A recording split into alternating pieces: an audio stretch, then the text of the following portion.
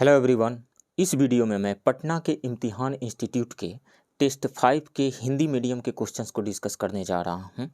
विश्वास कीजिए इस टेस्ट बुकलेट में बहुत ही अच्छे अच्छे क्वेश्चंस हैं और ये सारे क्वेश्चंस आने वाले बीपीएससी 68th प्रिलिमिनरी एग्ज़ाम में आप सबको सफल बनाने में बहुत ही ज़्यादा मदद करेंगे। इस टेस्ट में कुल 150 क्वेश्चंस हैं, जिसमें से भारत के इतिहास से 35, संविधान एवं राज्य व्यवस्था से 15, समसामयिक घटनाक्रम से 25, सामान्य विज्ञान से 30, भारत एवं विश्व के भूगोल से 20, गणित एवं मानसिक योग्यता से 10, अर्थव्यवस्था से यानी बजट एवं आर्थिक सर्वेक्षण से 15। कुल 150 क्वेश्चंस हैं। आप इस वीडियो को लाइक कीजिए, शेयर कीजिए और यदि इस चैनल को सब्सक्राइब नहीं किए हैं तो प्लीज़ इस चैनल को सब्सक्राइब कीजिए। तो चलिए शुरू करते हैं। क्वेश्चन नंबर 1, निम्नलिखित में से किसका उपयोग चीनी के घोल की सांद्रता को मापने के लिए किया जाता है? तो सेकेरीमीटर का उपयोग जो है चीनी के घोल की सांद्रता को मापने के लिए किया जाता है। राइट ऑप्शन बी होगा। और साइकोमीटर का उपयोग कहाँ पे किया जाता है? साइक्रोमीटर का उपयोग वातावरण की सापेक्ष आर्द्रता को मापने के लिए किया जाता है। विस्कोमीटर विस्कोसिटी से आया हुआ है, मतलब श्यानता विस्कोसिटी को मेजर करने के लिए किया जाता है। और ये श्यानता क्या है? लिक्विड्स फ्लूइड्स के लेयर के बीच में पाया जाने वाला अपोजिंग फोर्स यानी फ्रिक्शन, उसको श्यानता कहा जाता है, विस्कोसिटी कहा जाता है। उसको मेजर करने के लिए विस्कोमीटर का यूज किया जाता है। लैक्टोमीटर दूध के घनत्व को मापकर दूध की शुद्धता की जांच करने के लिए इस्तेमाल किया जाने वाला ये यंत्र है लैक्टोमीटर। नेक्स्ट क्वेश्चन, निम्नलिखित में से किस राशि की इकाई केजी मीटर स्क्वायर पर सेकेंड स्क्वायर है? तो केजी मीटर स्क्वायर पर सेकेंड स्क्वायर में से हम क्या करते हैं, केजी मीटर पर सेकेंड स्क्वायर को अलग रखते हैं एंड देन फिर मीटर। वहीं किया हमने, 1 मीटर को अलग कर दिया। तो केजी मीटर पर सेकेंड स्क्वायर ये क्या है? फोर्स है।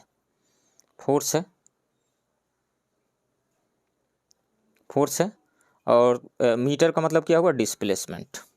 तो फोर्स इंटू डिस्प्लेसमेंट क्या होता है? ये होता है वर्क डन, वर्क। अब वर्क क्या होता है? एनर्जी क्या होती है? कैपेसिटी टू डू वर्क, कार्य करने की क्षमता। तो जो यूनिट वर्क का होता है वही यूनिट ऊर्जा का होता है। तो ऊर्जा का यूनिट ये है क्या? केजी मीटर स्क्वायर पर सेकेंड स्क्वायर जो है ऊर्जा का यूनिट है। और हीट भी एक प्रकार का ऊर्जा ही है, उष्मा यानी गर्मी भी एक प्रकार की ऊर्जा ही है। तो उसका यूनिट भी क्या होगा? यही होगा, केजी मीटर स्क्वायर पर सेकेंड स्क्वायर। तो ए और सी दोनों सही है। राइट ऑप्शन ई हो जाएगा। शक्ति, पावर क्या होता है? रेट ऑफ डूइंग वर्क को पावर कहा जाता है, यानी कार्य करने की दर। तो कार्य करने की दर पावर निकालने के लिए हम लोग क्या करते हैं? वर्क बाई टाइम करते हैं, वर्क बाई टाइम। तो वर्क तो ये हो गया क्या? केजी मीटर पर सेकेंड स्क्वायर। और एक टाइम और कर देंगे तो क्या हो जाएगा? केजी मीटर पर सेकेंड क्यूब। केजी मीटर पर सेकेंड क्यूब वो हो जाएगा शक्ति यानी पावर का यूनिट। दबाव मतलब प्रेशर। प्रेशर का फॉर्मूला क्या होता है? P इज इक्वल टू होता है फोर्स बाई एरिया। फोर्स का क्या होता है? केजी मीटर पर सेकेंड स्क्वायर। इसमें से आप क्या कीजिए, एरिया का यूनिट क्या होता है? मीटर स्क्वायर होता है। तो 1 मीटर से 1 मीटर कट जाएगा, क्या हो जाएगा? केजी पर मीटर पर सेकेंड स्क्वायर। ये होता है प्रेशर का यूनिट। नेक्स्ट क्वेश्चन, निम्नलिखित कथनों पर विचार करें और उनमें सही का चयन करें। गुरुत्वाकर्षण त्वरण acceleration due to gravity G का मान हमेशा पृथ्वी की सतह से ऊपर या नीचे जाने पर घटता है। बिल्कुल यही होता है, पृथ्वी की सतह पर सबसे ज़्यादा मैक्सिमम होता है। अर्थ क्रस्ट के अंदर जैसे जैसे नीचे जाते हैं घटते जाता है जी का वैल्यू, ऊपर भी जाते हैं तो घटते जाता है। फार्मूला याद रखिए, एक फार्मूला होता है वही हमें बताता है कि घटता है या बढ़ता है। जैसे अर्थ सरफेस से हम ऊपर जाते हैं तो जी डैश यानी एच हाइट पर जी डैश इज इक्वल टू होता है जी इंटू 1 माइनस 2h/r। एच क्या है? हाइट। जितने हाइट पर हम जी मेजर करना चाह रहे हैं वो हाइट है। जी क्या है? अर्थ के सरफेस पर का जी का वैल्यू है यानी 9.8 मीटर पर सेकेंड स्क्वायर। आर क्या है? अर्थ का रेडियस है। तो अब देखिए जैसे जैसे एच इंक्रीज करेगा, देखिए और बड़ी क्वांटिटी घटती चली जाएगी ना, मतलब जी डैश का वैल्यू यानी एच हाइट पर जी का जो वैल्यू है वो डिक्रीज होते चला जाएगा। इसका मतलब है कि जैसे जैसे ऊपर जाएंगे वैसे वैसे जी का वैल्यू घटते चला जाएगा। तो ये तो बात सही है। और अर्थ क्रस्ट के नीचे जाते हैं तो वो कौन सा फॉर्मूला होता है? अर्थ क्रस्ट के नीचे जब हम जाते हैं तो वो होता है G dash is equal to G into 1 minus D by are.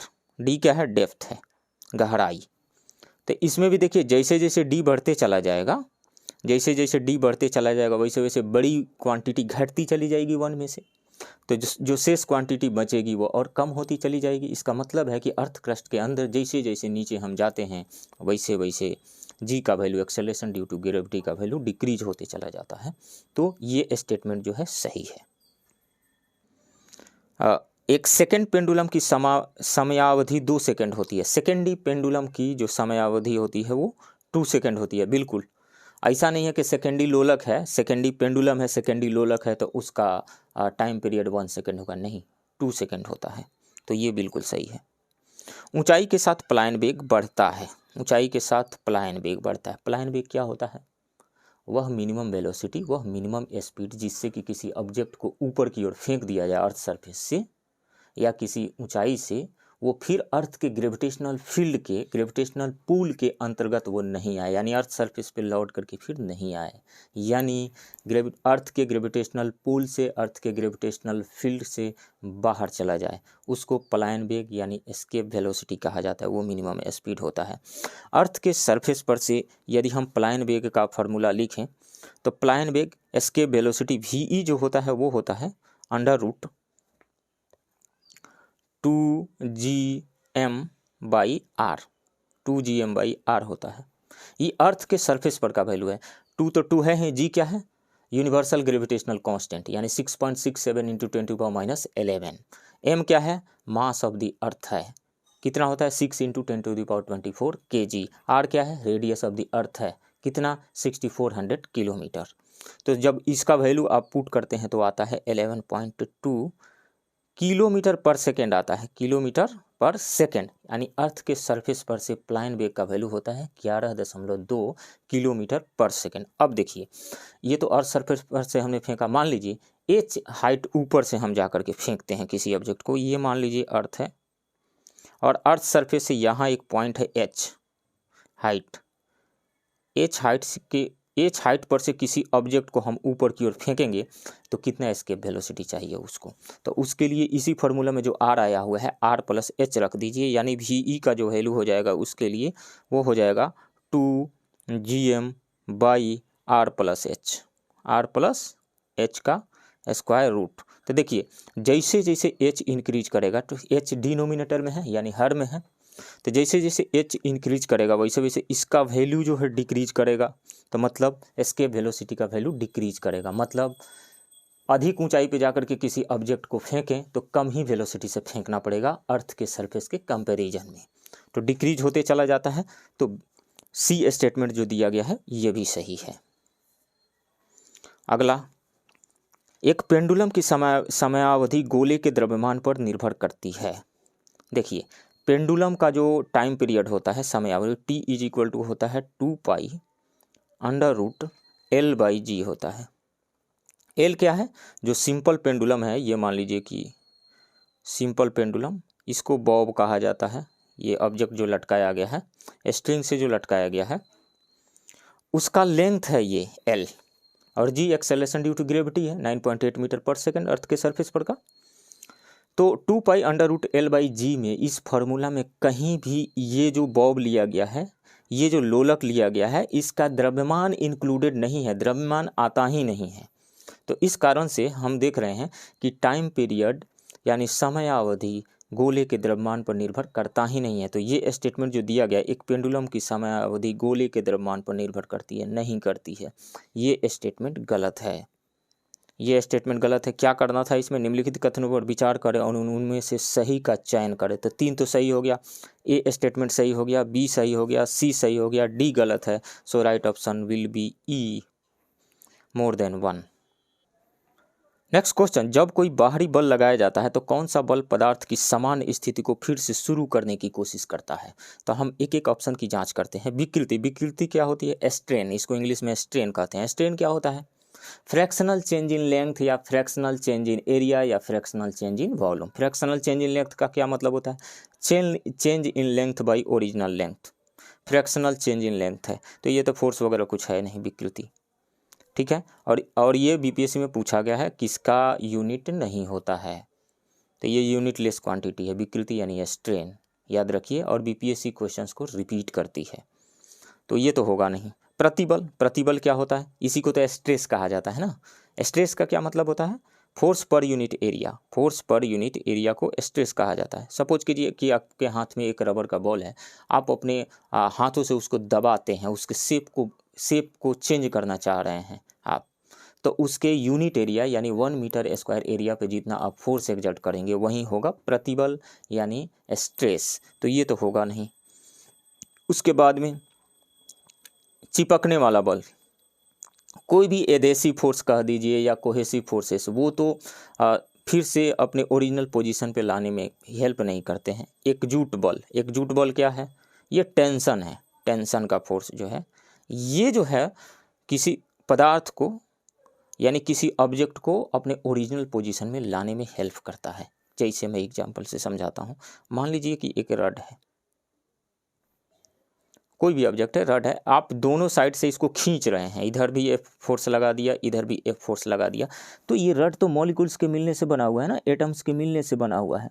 तो एटम के मिलने से बना हुआ है, तो अब जो ही आप अपोजिट डायरेक्शन में इस पर फोर्स एक्सर्ट करेंगे, बल लगाएंगे, तो इसके एटम, इनके एटम्स के बीच का डिस्टेंस स्लाइटली इंक्रीज कर जाएगा, स्लाइटली दूर हो जाएंगे, और स्लाइटली दूर हो जाएंगे तो ये फिर से आपस में फिर से अपने ओरिजिनल पोजीशन पे लाने की कोशिश करेगा एक फोर्स इनको, ताकि फिर अपने ओरिजिनल पोजीशन को एक्वायर कर लें ये।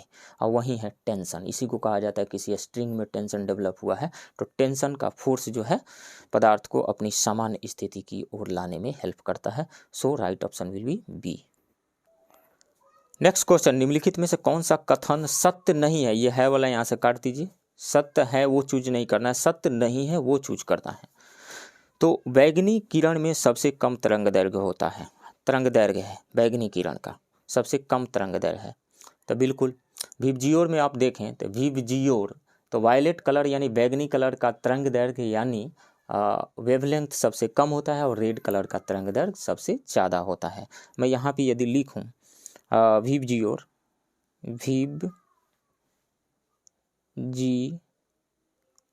विबजियोर, तो लेफ्ट से जब राइट जाएंगे तो इधर वेवलेंथ इंक्रीज होगा यानी तरंगदैर्घ्य इंक्रीज होगा, और राइट से जब लेफ्ट आएंगे तो फ्रीक्वेंसी को न्यू से दिखाते हैं, फ्रीक्वेंसी इंक्रीज होगी। मतलब सबसे ज़्यादा वेवलेंथ रेड कलर का है लेकिन फ्रीक्वेंसी उसकी सबसे कम है। सबसे कम वेवलेंथ जो है वायलेट कलर का है यानी बैगनी कलर का है, लेकिन उसकी फ्रीक्वेंसी सबसे ज़्यादा है। अगला स्टेटमेंट पढ़ते हैं, बैगनी किरण में सबसे कम तरंगदैर्घ्य है, ये सही बात है, तो स्टेटमेंट ए सही है। बैगनी प्रकाश की गति न्यूनतम होती है, न्यूनतम होती है बैगनी प्रकाश की। अब देखिए एक टर्म आता है रिफ्रैक्टिव इंडेक्स, इसको म्यू से दिखाते हैं। Refractive index is equal to होता है सी बाई वी। सी क्या है? Speed of light in vacuum, और वी क्या है? Speed of light in medium.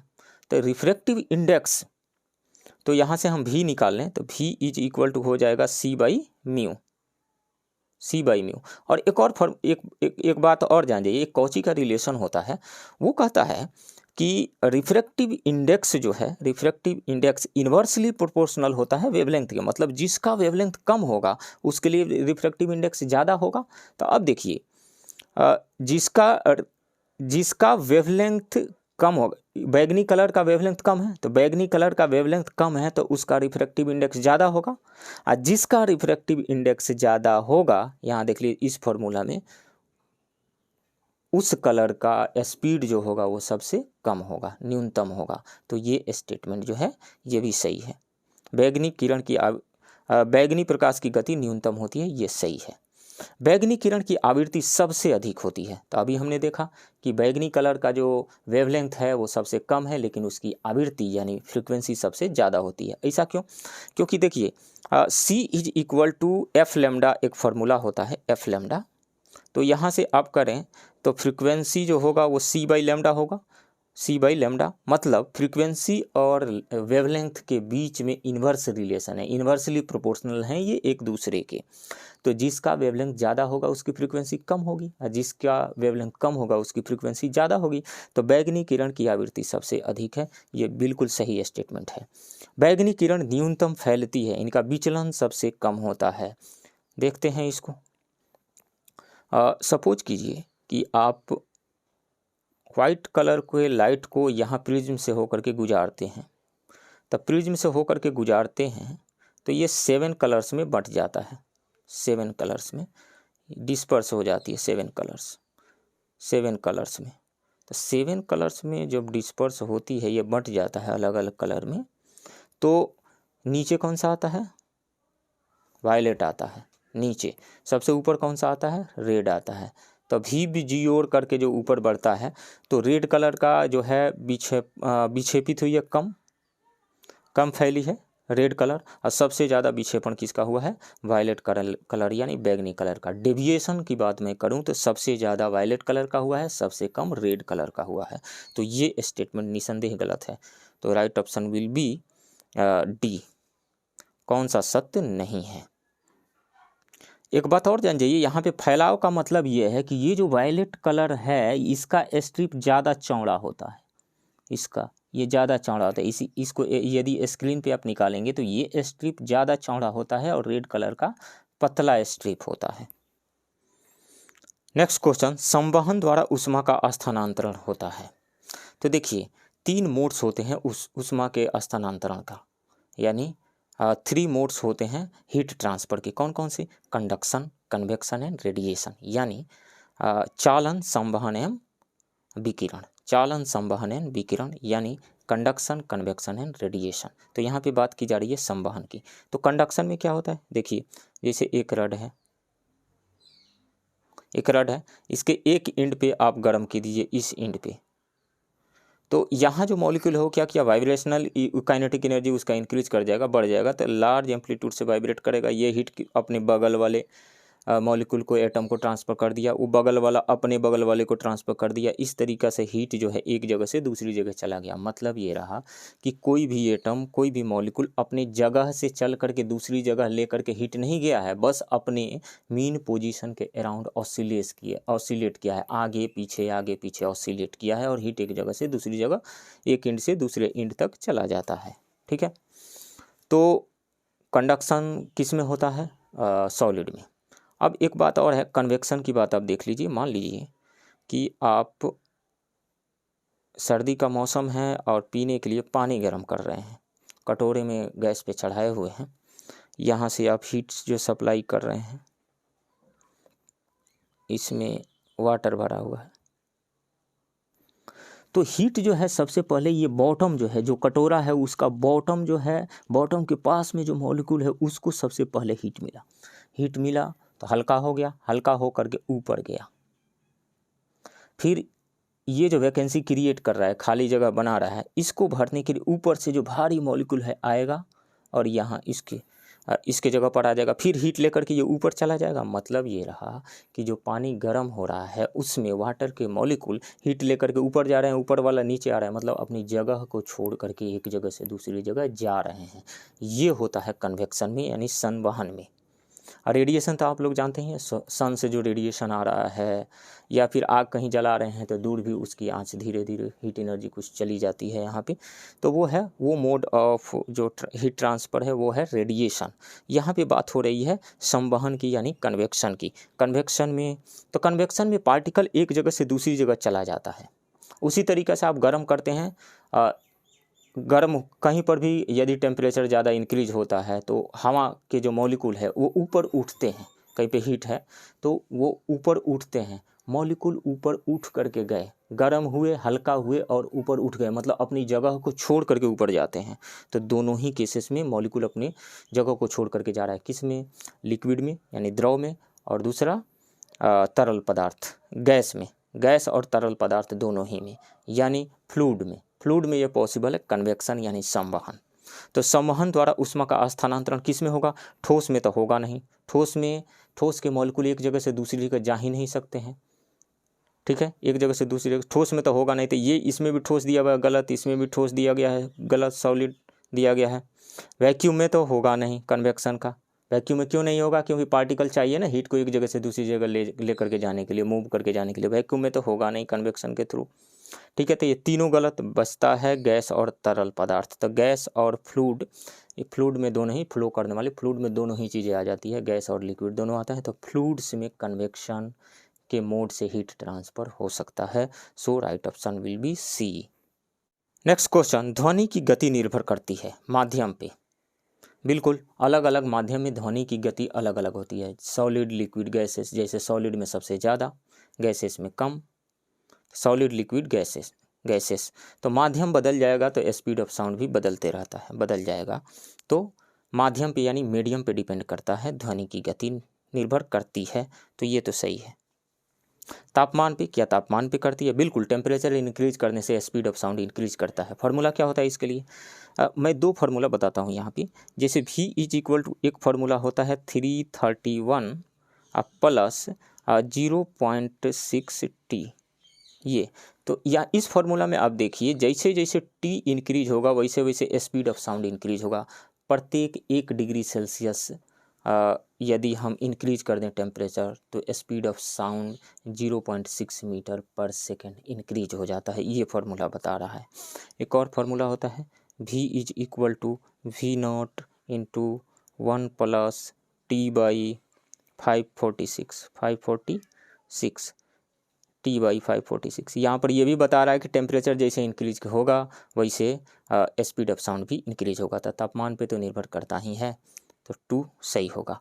आर्द्रता पर निर्भर करता है। यदि ह्यूमिडिटी जो है बढ़ जाती है, आर्द्रता बढ़ जाती है वातावरण में, वातावरण ज़्यादा ह्यूमिड हो जाता है, ज़्यादा आर्द्र हो जाता है, तो स्पीड ऑफ साउंड इंक्रीज हो जाता है। एग्जाम्पल मैं देता हूँ, जैसे मान लीजिए बरसात हुई है, बरसात होने के जस्ट बाद वातावरण काफ़ी शांत हो जाता है, उस टाइम आप चिल्लाइए तो आपकी आवाज़ ज़्यादा दूर तक जाती है, क्योंकि वातावरण में आर्द्रता इंक्रीज कर चुका है, ह्यूमिडिटी इंक्रीज कर चुकी है। ह्यूमिडिटी इंक्रीज करने से स्पीड ऑफ साउंड इंक्रीज हो जाता है। तो ये सही है, आर्द्रता पर तो निर्भर करता है। क्या दबाव पे निर्भर करता है? देखिए, स्पीड ऑफ साउंड का जो फार्मूला होता है V is equal to gamma P by rho, ये ओरिजिनल फार्मूला होता है, स्क्वायर रूट इसका। इसी से ये PV is equal to nRT जो आइडियल गैस इक्वेशन होता है उसमें फेर बदल करके ये भी फार्मूला आता है, टेम्परेचर वाला ये भी फार्मूला आता है, उससे इसी से लेकिन निकलता है। Original formula gamma P by रो है ये। तो अब देखिए, गामा तो कांस्टेंट है, गैसेस के लिए कांस्टेंट है। P बाई रो यहाँ पे देखिए, जैसे प्रेशर आप इंक्रीज करेंगे,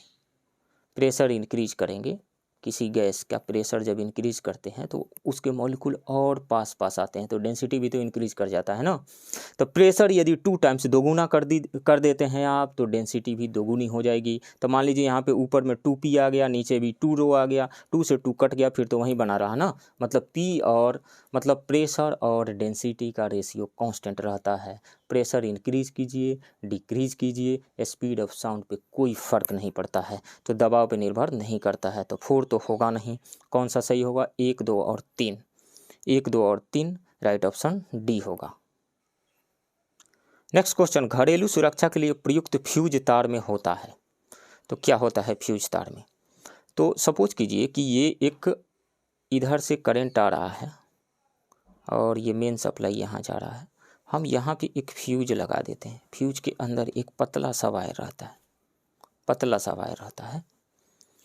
अब जब मान लीजिए कि सडन इंक्रीज कर जाता है, सर्किट में करंट सडन अचानक बढ़ जाता है, तो यहाँ जो फ्यूज वायर लगाया गया है इसको यदि ये गल जाता है तब संपर्क टूटेगा, कनेक्शन ब्रेक होगा और आगे करंट नहीं जाएगा, और इधर जितने भी डिवाइसेस लगे हुए हैं, टीवी, फ्रिज, जितने भी डिवाइसेस लगे हुए हैं बचे रह जाएंगे। तो सेफ्टी के लिए इसका गलना ज़रूरी है, मेल्ट करना ज़रूरी है। ये जो फ्यूज का वायर लगाया गया है, तो मेल्ट करने के लिए क्या चाहिए? इसका प्रतिरोध जब उच्च रहेगा तभी तो हीट ज़्यादा जनरेट होगा और वो गलेगा, पहली बात। और दूसरी बात यह है कि उसका गलनांक यानी मेल्टिंग पॉइंट कम होना चाहिए, तभी तो कम ही टेम्परेचर पे, जैसे ही विद्युत धारा का वैल्यू बढ़ता है, करंट बढ़ता है, तो कम टेम्परेचर पर ही मेल्ट कर जाएगा, तो उसका मेल्टिंग पॉइंट कम होना चाहिए, मतलब प्रतिरोध उसका उच्च होना चाहिए और गलनांक निम्न होना चाहिए। तो कम गलनांक, उच्च प्रतिरोध दोनों सही है, so right option will be E. Next question, निम्नलिखित में से कौन सदिश राशि नहीं है? तो विद्युत क्षेत्र यानी इलेक्ट्रिक फील्ड, यह एक वेक्टर क्वांटिटी है। इलेक्ट्रिक फील्ड जो है एक वेक्टर क्वांटिटी है, इसको ई से दिखाते हैं। ई इज इक्वल टू होता है फोर्स बाई, ये अल्टरनेटली इसका यूज किया जाता है। विद्युत क्षेत्र की तीव्रता, विद्युत क्षेत्र की तीव्रता को विद्युत क्षेत्र भी कहा जाता है, जैसे हम फिजिक्स में पढ़ते हैं। विद्युत क्षेत्र की तीव्रता और स्लाइटली डिफरेंस है, लेकिन अल्टरनेटली ये यूज होते हैं, एक दूसरे के जगह पर होते हैं। तो ये भी वेक्टर क्वांटिटी है और ये भी वेक्टर क्वांटिटी है। फोर्स पर यूनिट चार्ज होता है इलेक्ट्रिक फील्ड का वैल्यू। चुंबकीय क्षेत्र magnetic field, B, magnetic field को बी से दिखाते हैं, ये भी वेक्टर क्वांटिटी है। कोई चार्ज पार्टिकल जब मूव करता है v वेलोसिटी से, कोई चार्ज पार्टिकल q जब v वेलोसिटी से मूव करता है तो ये मैग्नेटिक फील्ड जनरेट करता है। वो कौन सा फार्मूला होता है? तो Biot Savart law, ampere सर्कुटल law, ये सब का यूज करते हुए हम मैग्नेटिक फील्ड का वैल्यू निकालते हैं। तो चुंबकीय क्षेत्र क्या है?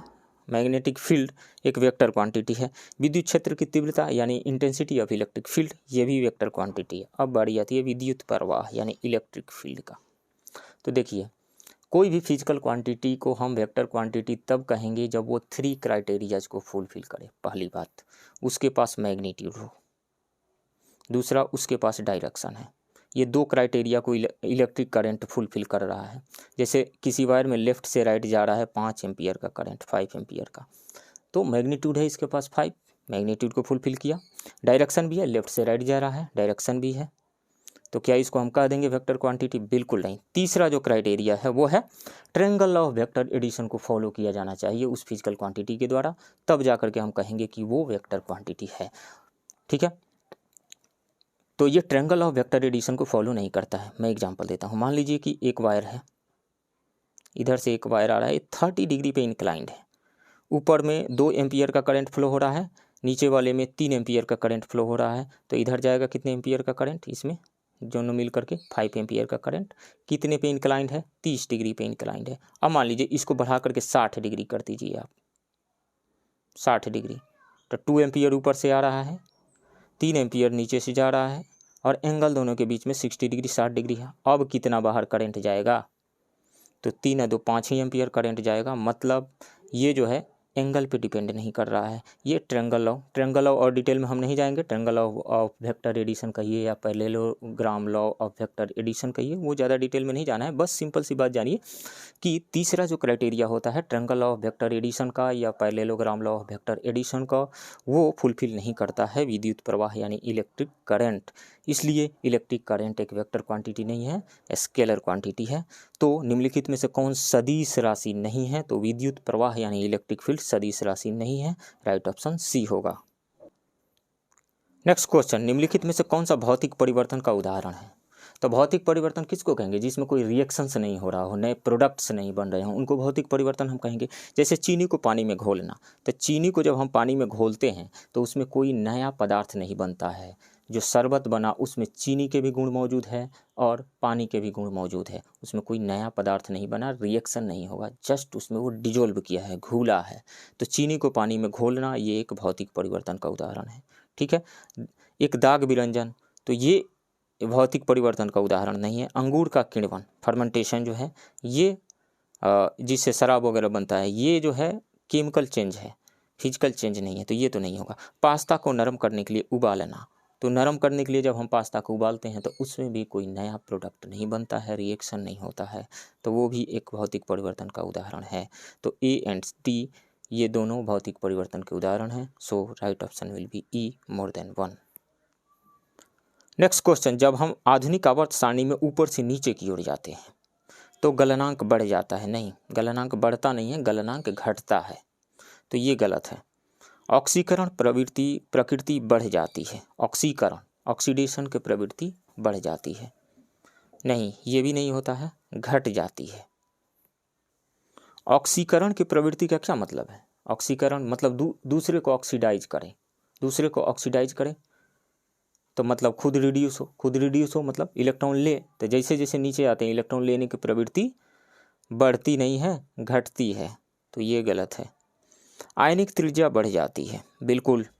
यदि अल्कली मेटल्स की ही बात करें, lithium, sodium, potassium, rubidium, caesium, francium, ये सब जैसे जैसे हम नीचे जाते हैं इनका साइज बढ़ते चला जाता है, यानी रेडियस बढ़ते चला जाता है। आयनिक रेडियस में भी यही होता है, आयनिक रेडियस में भी यही होता है, जैसे जैसे नीचे जाते हैं आयनिक रेडियस बढ़ते चला जाता है, तो ये सही है। ऑक्साइड की अम्लीय प्रकृति बढ़ जाती है, ऑक्साइड की अम्लीय प्रवृत्ति बढ़ती नहीं है, घटती चली जाती है।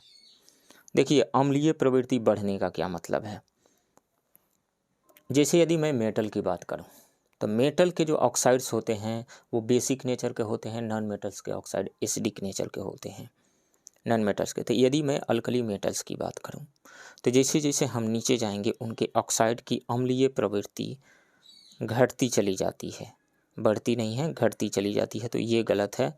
सी सही है, आयनिक त्रिज्या बढ़ जाती है, right option will be C. Next question, निम्नलिखित में से कौन सा से और या कौन से सुमेलित नहीं है। तो स्टील में क्या होता है, लोहा और कार्बन। स्टील जो है लोहा और कार्बन का एलॉय है, ये सही है। जर्मन सिल्वर जो है कॉपर, निकेल एंड जिंक का एलॉय है, ये सही है।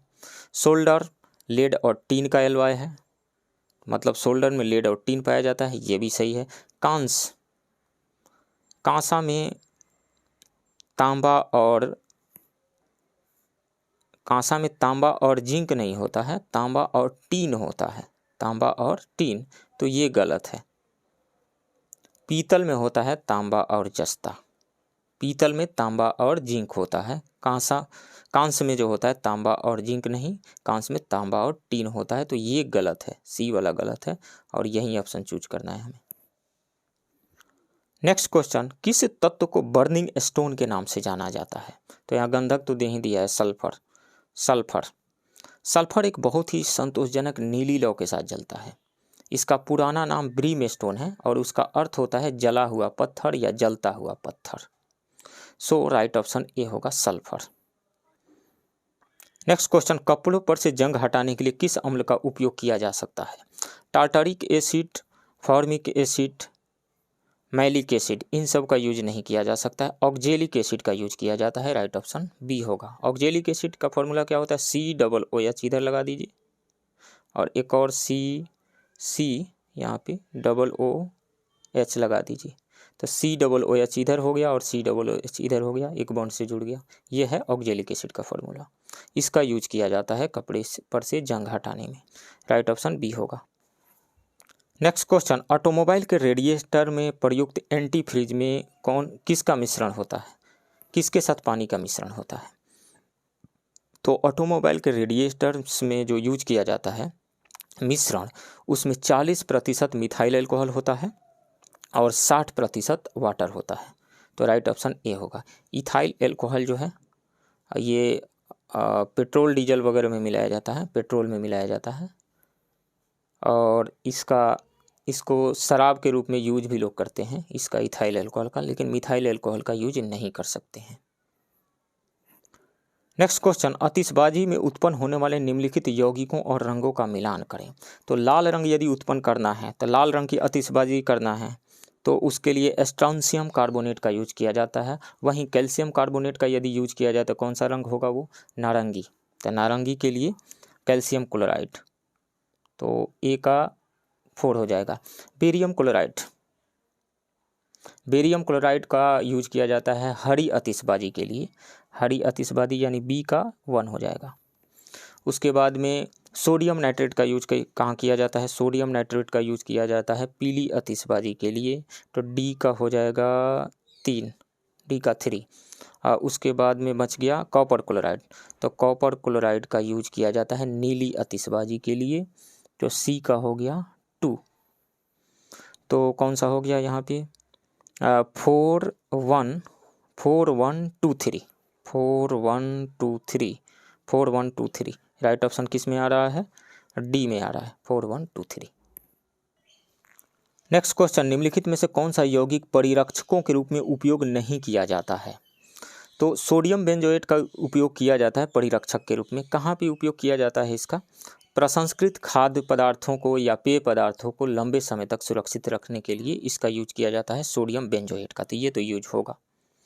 सल्फर डाइऑक्साइड, सल्फर डाइऑक्साइड का उपयोग सूखे फलों के परिरक्षक के रूप में किया जाता है वाइन मेकिंग में, तो ये तो इसका यूज किया जाता है। सोडियम नाइट्रेट, सोडियम नाइट्रेट का यूज किया जाता है जो मांस उत्पाद हैं उसको लंबे समय तक सुरक्षित रखने में सोडियम नाइट्रेट का यूज किया जाता है, तो इसका तो यूज किया जाता है। सल्फर हेक्साफ्लोराइड, सल्फर हेक्साफ्लोराइड का यूज खाद्य परिरक्षक के रूप में नहीं किया जाता है। सल्फर हेक्साफ्लोराइड का यूज विद्युत उद्योग में उच्च वोल्टता के उपकरणों में किया जाता है, तो ये गलत होगा। तो निम्नलिखित में से कौन सा यौगिक परिरक्षकों के रूप में उपयोग नहीं किया जाता है? तो sulphur hexafluoride, right option D होगा। नेक्स्ट क्वेश्चन, रेडियोलॉजिकली यानी विकिरण चिकित्सकीय परीक्षण से पहले रोगी को निम्नलिखित में से कौन सा घोल पीने का निर्देश दिया जाता है? बेरियम सल्फेट, बेरियम सल्फेट पिलाया जाता है, राइट ऑप्शन बी होगा यहाँ पे। बेरियम सल्फेट क्या होता है? पीने से वो आंत के दीवारों में जा कर के चिपक जाता है, जिससे फोटोग्राफ्स अच्छे आएंगे, जो भी रेडियोलॉजिकल परीक्षण किया जाएगा अच्छे से दिखेगा, उसमें क्लियरली दिखेगा, इसलिए बेरियम सल्फेट का घोल पिलाया जाता है। नेक्स्ट क्वेश्चन, स्पर्मोलॉजी किसका अध्ययन है? तो स्पर्मोलॉजी बीजों का अध्ययन है, सीड्स का स्टडी, राइट ऑप्शन ए होगा। एंथोलॉजी फूलों और फूलों के पौधे का अध्ययन है। और पोमोलॉजी क्या है? पोमोलॉजी वनस्पति विज्ञान की वह शाखा है जो फल और उसकी खेती का अध्ययन करती है। नेक्स्ट क्वेश्चन, किस रक्त कोशिका में केंद्रक अनुपस्थित होता है? तो एरिथ्रोसाइट्स, एरिथ्रोसाइट्स यानी लाल रक्त कोशिकाएं यानी आरबीसी में केंद्रक अनुपस्थित होता है, राइट ऑप्शन जो होगा एरिथ्रोसाइट्स बी। नेक्स्ट क्वेश्चन, आनुवंशिक सूचनाओं का वहन अणुओं की लंबी श्रृंखलाओं द्वारा किया जाता है जिन्हें कहा जाता है? न्यूक्लियोटाइड्स कहा जाता है, राइट ऑप्शन डी होगा। डीएनए का स्ट्रक्चर डबल हेलिक्स का होता है, डबल हेलिक्स, और उसमें गायनिन और मतलब जीसी बॉन्ड पर जीसी के साथ बॉन्ड बनाया हुआ होता है, और एटी यानी एडेनिन थाइमिन के साथ बॉन्ड बनाया हुआ होता है, गायनिन साइटोसिन के साथ और एडेनिन थाइमिन के साथ। नेक्स्ट क्वेश्चन, निम्नलिखित में से कौन सा हार्मोन तनाव से मुकाबला करने में मददगार माना जाता है? तो सेरोटोनिन एंड एड्रीनलिन, ये दोनों जो है तनाव से मुकाबला करने में मददगार है दोनों। एड्रेनलिन शरीर को तनाव में समायोजित करने में मदद करता है जब कोई बहुत क्रोधित होता है, शर्मिंदा या चिंतित होता है। तो जब सेरोटोनिन समान स्तर पर होता है तो आप अधिक केंद्रित भावनात्मक रूप से स्थिर, खुश और शांत महसूस करते हैं। सेरोटोनिन का निम्न स्तर तनाव और अवसाद का प्रतीक होता है, जुड़ा हुआ होता है उससे। तो ये दोनों हो जाएंगे ए और डी, राइट ऑप्शन ई होगा, मोर देन 1। नेक्स्ट क्वेश्चन, घातक रक्ताल्पता लाल रक्त कोशिकाओं में कमी है जो किसकी कमी के कारण होती है? विटामिन B12 की, साइनोकोबालामीन की कमी से होती है, विटामिन B12 की, राइट ऑप्शन ए हो जाएगा। विटामिन B6 की कमी यदि हो जाती है तो डिप्रेशन वगैरह आ जाते हैं, इसका नाम है पायराडॉक्सिन, B6 का नाम पायराडॉक्सिन है। और B2 का नाम राइबोफ्लाविन है। और विटामिन B3 का नाम नियासिन है और इसकी कमी से प्लेग्रा रोग होता है। अब B2 की कमी से क्या होता है? चेलोसिस होता है, हाइपरमिया होता है। नेक्स्ट क्वेश्चन, निम्नलिखित में से कौन से अवशेषी अंग हैं? तो अवशेषी अंगों को आमतौर पर उन संरचनाओं के रूप में परिभाषित किया जाता है जिन्होंने अपना मूल विकासवादी कार्य खो दिया है।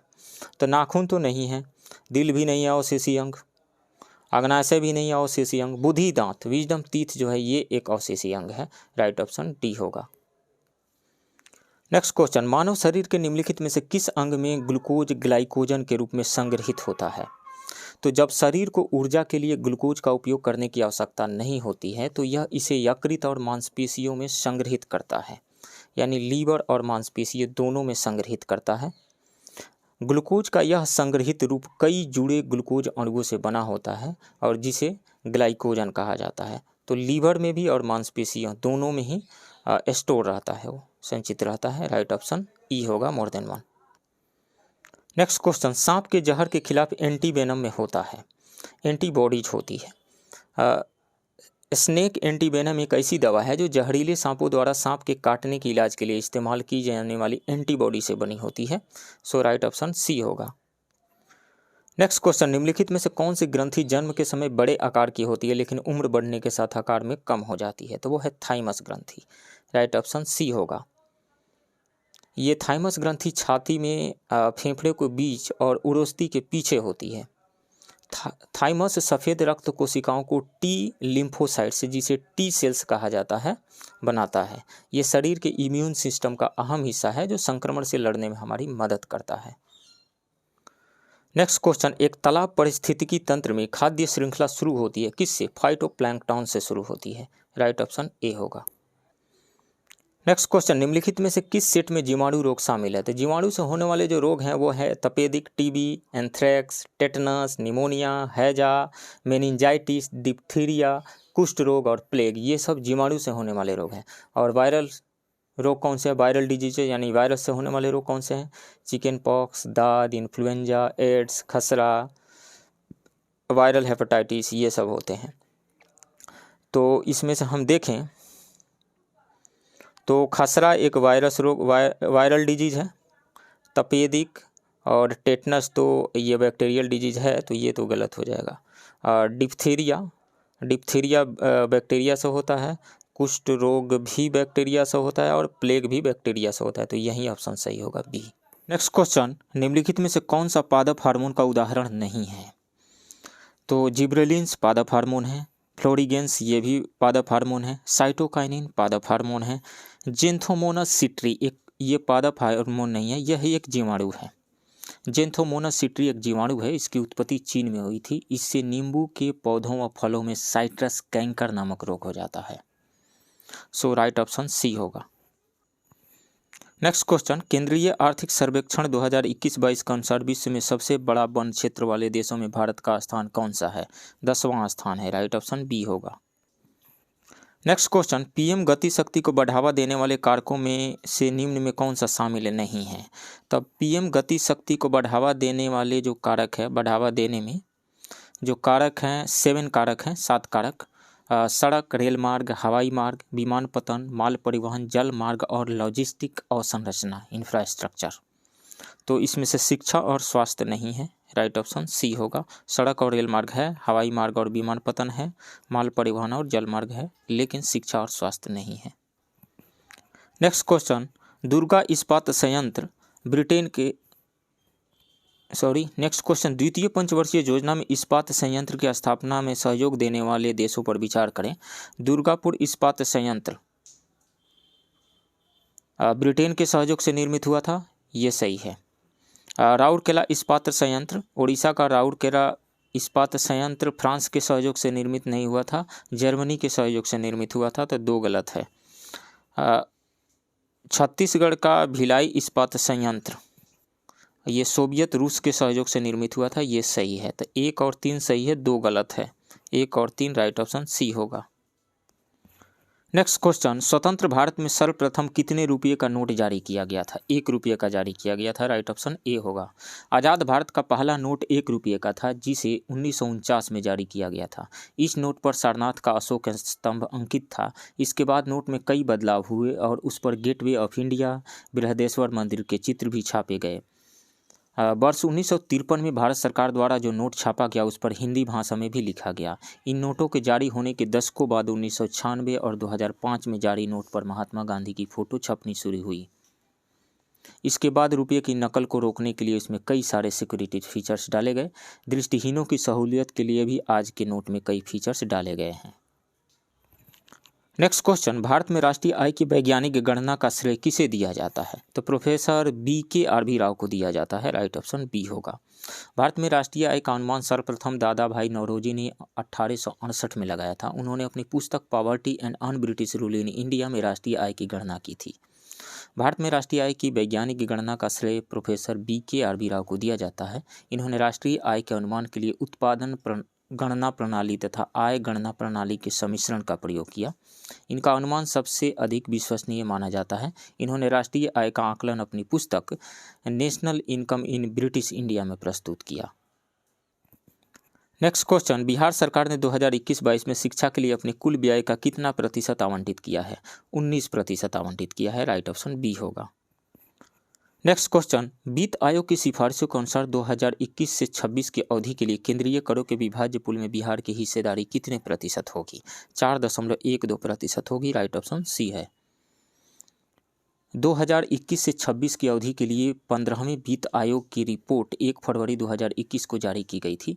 2021 से 26 की अवधि के लिए आयोग ने केंद्रीय करों के विभाज्य पूल में राज्यों की हिस्सेदारी 41% की सिफारिश की है वित्त आयोग की सिफारिशों के अनुसार 2021 से 26 की अवधि के लिए केंद्रीय करों के विभाज्य पूल में बिहार की हिस्सेदारी 4.12% होगी। इसका मतलब है कि 2021 से 26 की अवधि के दौरान विभाज्य पूल में प्रत्येक 100 रुपये के राजस्व में से बिहार को 4.1 रुपये प्राप्त होंगे। नेक्स्ट क्वेश्चन, 7 निश्चय 2 के तहत प्रमुख योजनाओं में शामिल है। तो 7 निश्चय योजनाओं से प्रश्न आते रहते हैं। 67th री एग्जाम जो हुआ था उसमें भी 7 निश्चय योजना से प्रश्न थे। फर्स्ट स्टेटमेंट है, कह रहा है कि पॉलिटेक्निक और औद्योगिक प्रशिक्षण संस्थानों में उत्कृष्टता केंद्र बनाना, यह है शामिल। प्रत्येक जिले में मेगा कौशल विकास केंद्र स्थापित करना और प्रत्येक डिवीजन में टूल रूम स्थापित करना, ये भी शामिल है। नए व्यवसाय स्थापित करने के लिए युवाओं और महिलाओं को रियायती ब्याज दर पर 5 लाख रुपये तक का ऋण देना, ये भी शामिल है। छात्राओं को इंटरमीडिएट पूरा करने पर 25,000 रुपये और स्नातक पूरा करने पर 50,000 रुपये नगद प्रोत्साहन, ये भी शामिल है। तो चारों शामिल है। राइट ऑप्शन डी होगा 1, 2, 3, 4।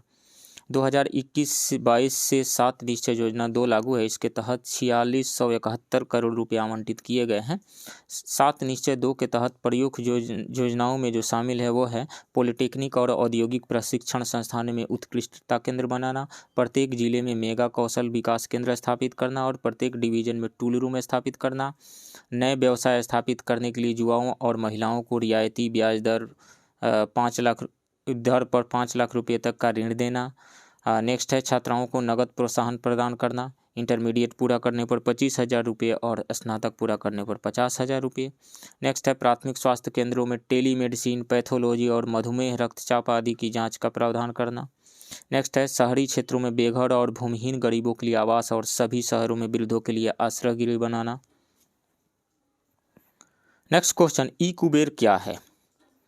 तो ई कुबेर भारतीय रिजर्व बैंक की कोर बैंकिंग सुविधा है। ई कुबेर भारतीय रिजर्व बैंक का कोर बैंकिंग समाधान है। यह देश भर में पोर्टल आधारित सेवाओं का उपयोग कर सुरक्षित तरीके से कहीं से भी किसी भी वक्त खाते तक विकेंद्रीकृत पहुंच के साथ प्रत्येक बैंक के लिए एक चालू खाता का प्रावधान करता है। तो राइट ऑप्शन हो जाएगा भारतीय रिजर्व बैंक की कोर बैंकिंग सुविधा ए। नेक्स्ट क्वेश्चन, सरकारी घाटे को कम करने के संदर्भ में निम्न पर विचार करें। करों में वृद्धि की जाती है, व्यय में कटौती की जाती है, अत्यधिक ऋण लिया जाता है, नहीं। तो 1 और 2 सही है, 1 और 2 राइट ऑप्शन ए होगा। नेक्स्ट क्वेश्चन, मनरेगा कार्यक्रम अन्य रोजगार कार्यक्रमों से अलग है क्योंकि यह शहरी क्षेत्र में भी लागू है, नहीं। एक वित्तीय वर्ष में इसमें 200 दिन के रोजगार की गारंटी है, नहीं। 100 दिन की आवेदन के 1 महीने के अंदर रोजगार देना होता है, नहीं। यह रोजगार की एक योजना न होकर कानूनी व्यवस्था है, ये सही है। राइट ऑप्शन डी होगा। महात्मा गांधी राष्ट्रीय ग्रामीण रोजगार गारंटी योजना का शुभारंभ 2 फरवरी 2006 को आंध्र प्रदेश के अनंतपुर ग्राम से किया गया। यह योजना अन्य रोजगार योजनाओं से अलग है क्योंकि यह रोजगार का अधिकार यानी कानूनी अधिकार प्रदान करती है। इसके तहत ग्रामीण क्षेत्रों में प्रत्येक परिवार के एक सदस्य को वर्ष में कम से कम 100 दिन अकुशल श्रम वाले रोजगार की गारंटी दी गई है। नेक्स्ट क्वेश्चन, शून्य आधारित बजट का अर्थ क्या है? असीमित घाटे की वित्त व्यवस्था, नहीं। नए कार्यक्रम बजट में न जोड़ना, ये भी गलत है। नए सिरे से बजट तैयार करना, ये सही है। राइट ऑप्शन सी होगा।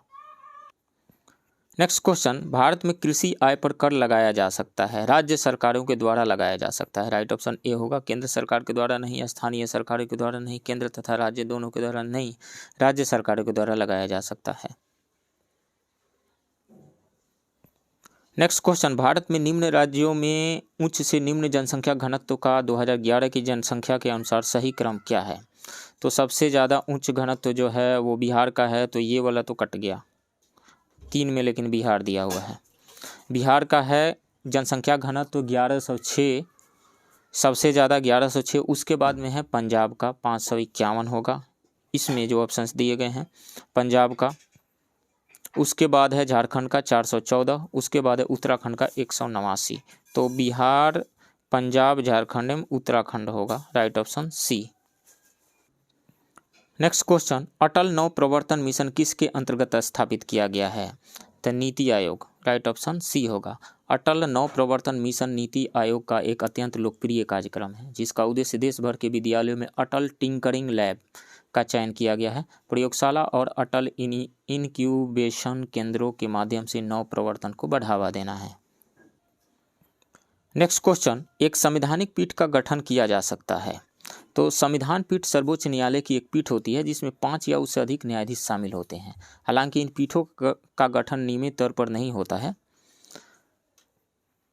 संविधान पीठ का गठन का जो आधार है वो है अनुच्छेद 145 क्लॉज 3 के तहत यदि किसी मामले में संविधान की व्याख्या से संबंधित कानून का पर्याप्त प्रश्न शामिल है तो उस पर संविधान पीठ का गठन किया जा सकता है। तो अनुच्छेद 145(3) के तहत संविधान की व्याख्या के मामले में संविधान पीठ का गठन किया जा सकता है, ये सही है।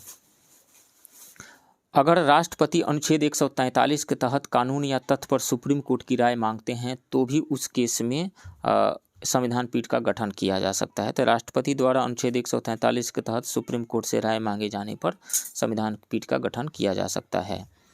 इसके साथ ही जब 2 न्यायाधीशों की पीठ और बाद में 3 न्यायाधीशों की पीठ एक ही मुद्दे पर परस्पर विरोधी निर्णय दे तब भी संविधान पीठ का गठन किया जाता है। तो तीनों सही है, राइट ऑप्शन इसमें से 1, 2, 3 ई हो जाएगा right option, none of the above.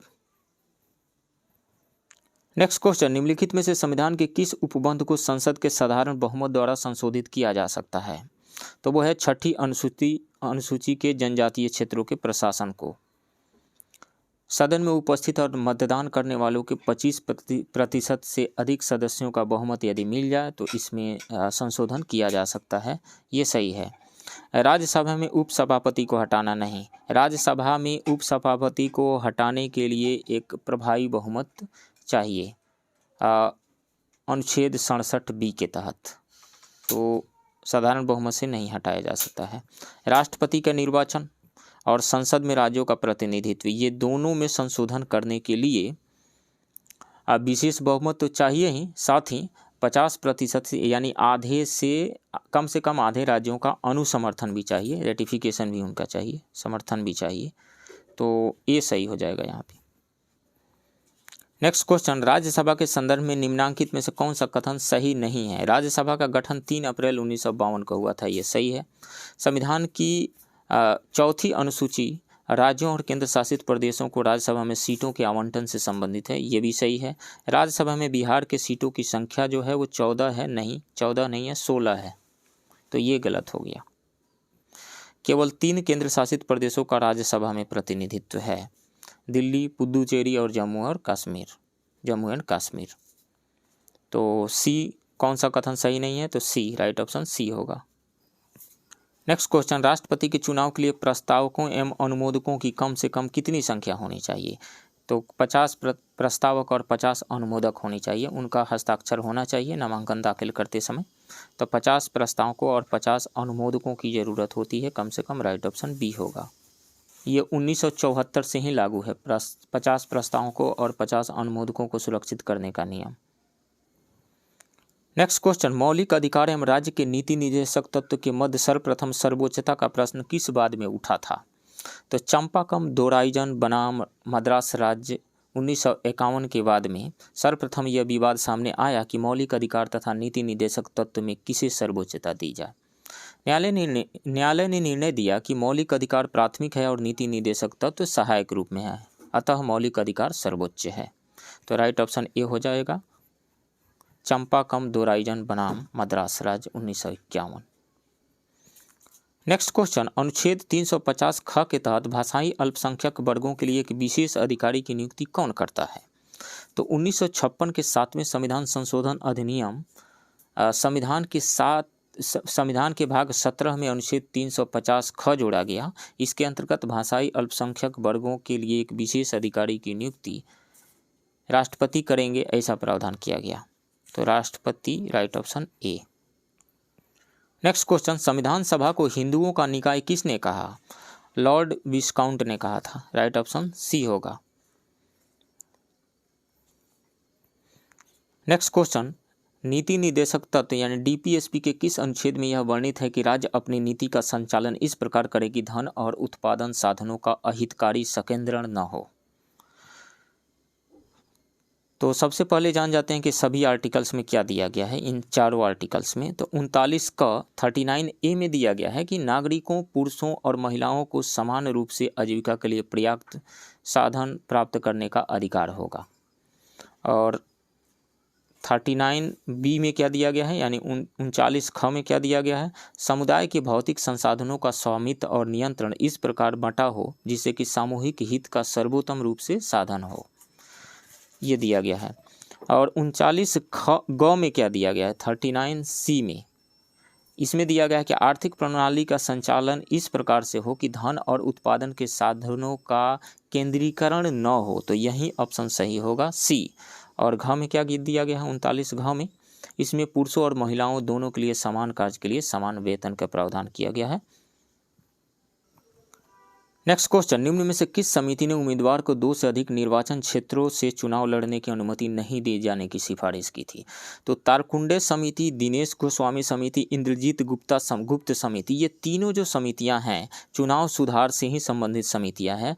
और इसमें से दिनेश गोस्वामी समिति है, दिनेश गोस्वामी समिति जो 1990 में अपनी सिफारिश जो दी थी, बनी थी, इसने कहा था कि राजनीतिक दलों को वस्तु के रूप में राज्य द्वारा वित्त पोषण किया जाएगा, ऐसा सुझाव दिया था। मतलब राज्य जो है वित्त पोषण करेगी, खर्च राज्य सरकार उठाएगी, राज्य उठाएगा। उसने यह भी सुझाव दिया था कि एक उम्मीदवार को 2 से अधिक निर्वाचन क्षेत्रों से चुनाव लड़ने की अनुमति नहीं दी जानी चाहिए। कौन सा? दिनेश गोस्वामी समिति ने, राइट ऑप्शन बी होगा। और के संथानम समिति किस लिए बनी थी? यह एक भ्रष्टाचार निरोधक समिति थी, प्रिवेंशन ऑफ करप्शन से रिलेटेड ये कमेटी थी। और इसी के सुझाव पर 1964 में सीबीसी यानी सेंट्रल विजिलेंस कमीशन बना। नेक्स्ट क्वेश्चन, लोकसभा चुनाव में कोई प्रत्याशी अपनी जमानत खो देता है यदि उसे प्राप्त न हो सके। तो चुनाव आयोग के मुताबिक जब कोई उम्मीदवार सीट पर पड़े कुल वैध मतों का 1/6 यानी 16.66% वोट हासिल नहीं कर पाता है तो उसकी जमानत जब्त कर ली जाती है। 1/6, राइट ऑप्शन डी होगा। नेक्स्ट क्वेश्चन, किस अनुच्छेद के तहत संसद को नागरिकता के संबंध में कानून बनाने का अधिकार प्रदान किया गया है? तो देख लेते हैं कि इन सारे अनुच्छेदों में क्या दिया गया है। अनुच्छेद 5 में क्या दिया गया है? अनुच्छेद 5 में ये दिया गया है कि 26 जनवरी 1950 को जब संविधान लागू हुआ तो उस समय कौन कौन भारत के नागरिक हो सकते थे, कौन कौन भारत के नागरिक हैं। जैसे जो भारत में जन्म लिया हो या जिसके पेरेंट्स भारत में जन्म लिए हों वगैरह, ये सारी चीज़ें इसमें दी गई है। अनुच्छेद 8 में क्या दिया गया है? इंडियन ओरिजिन के वैसे पर्सन जो विदेशों में रहते हैं, बाहर रहते हैं, उनके अधिकार के संबंधित जो उनके अधिकारों से संबंधित जो चीज़ें हैं वो दी गई है अनुच्छेद 8 में। अनुच्छेद 9 में क्या दिया गया है? आर्टिकल 9 में यदि कोई विदेशी नागरिकता ग्रहण कर लेता है, अपने आप स्वतः विदेशी नागरिकता ग्रहण कर लेता है तो यहाँ की नागरिकता खत्म हो जाएगी, वो यहाँ का नागरिक नहीं रहेगा। ये दिया गया है अनुच्छेद 9 में। अनुच्छेद 10 में क्या दिया गया है? नागरिकता पाने के जितने भी तरीके हैं उनमें से किसी भी तरीका से यदि कोई नागरिक बन गया है भारत का तो संसद के द्वारा बनाए गए कानून उपबंधों के तहत वो आगे भी नागरिक बना रहेगा। ये आर्टिकल 10 में। तो इन चारों में से तो किसी में नहीं दिया गया है कि नागरिकता के संबंध में कानून बनाने का अधिकार संसद के पास है। इन चारों में से किस में दिया गया? अनुच्छेद 11 में दिया गया है। अनुच्छेद 11 संसद को नागरिकता के अधिग्रहण और समाप्ति और नागरिकता से संबंधित किसी भी अन्य मामले से संबंधित कोई भी प्रावधान करने का अधिकार प्रदान करता है। तो आर्टिकल 11 हो जाएगा, 11, none of the above, right option ये होगा। नेक्स्ट क्वेश्चन, राज्य के महाधिवक्ता के बारे में निम्नलिखित में से कौन सा कथन सही है?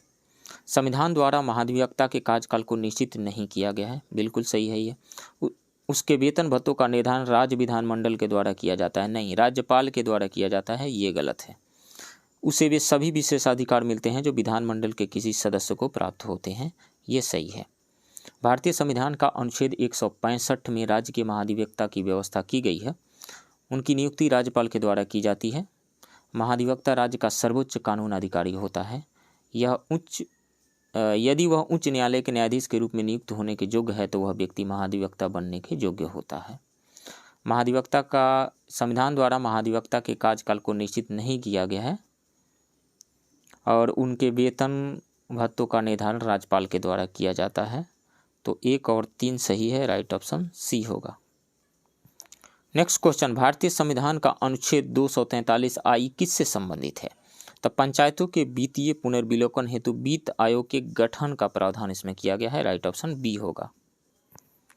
नेक्स्ट क्वेश्चन, भारत में पहली बार केंद्र सरकार के विरुद्ध लोकसभा में अविश्वास प्रस्ताव कब लाया गया था? 1963 में लाया गया था, राइट ऑप्शन सी होगा। जब लोकसभा में किसी विपक्षी पार्टी को लगता है कि सरकार के पास बहुमत नहीं है या सदन में सरकार विश्वास खो चुकी है तो वह अविश्वास प्रस्ताव लाती है। भारतीय संसद के इतिहास में पहली बार अगस्त 1963 में जेबी कृपलानी ने अविश्वास प्रस्ताव रखा था। तब तत्कालीन प्रधानमंत्री जवाहरलाल नेहरू की सरकार के खिलाफ रखे गए इस प्रस्ताव के पक्ष में केवल 62 वोट पड़े थे और विरोध में 347। नेक्स्ट क्वेश्चन, स्वतंत्र भारत के प्रथम वित्त मंत्री निम्नलिखित में से कौन थे? तो वो थे R.K. षणमुखम सेठी, राइट ऑप्शन डी होगा। जॉन मथाई क्या थे?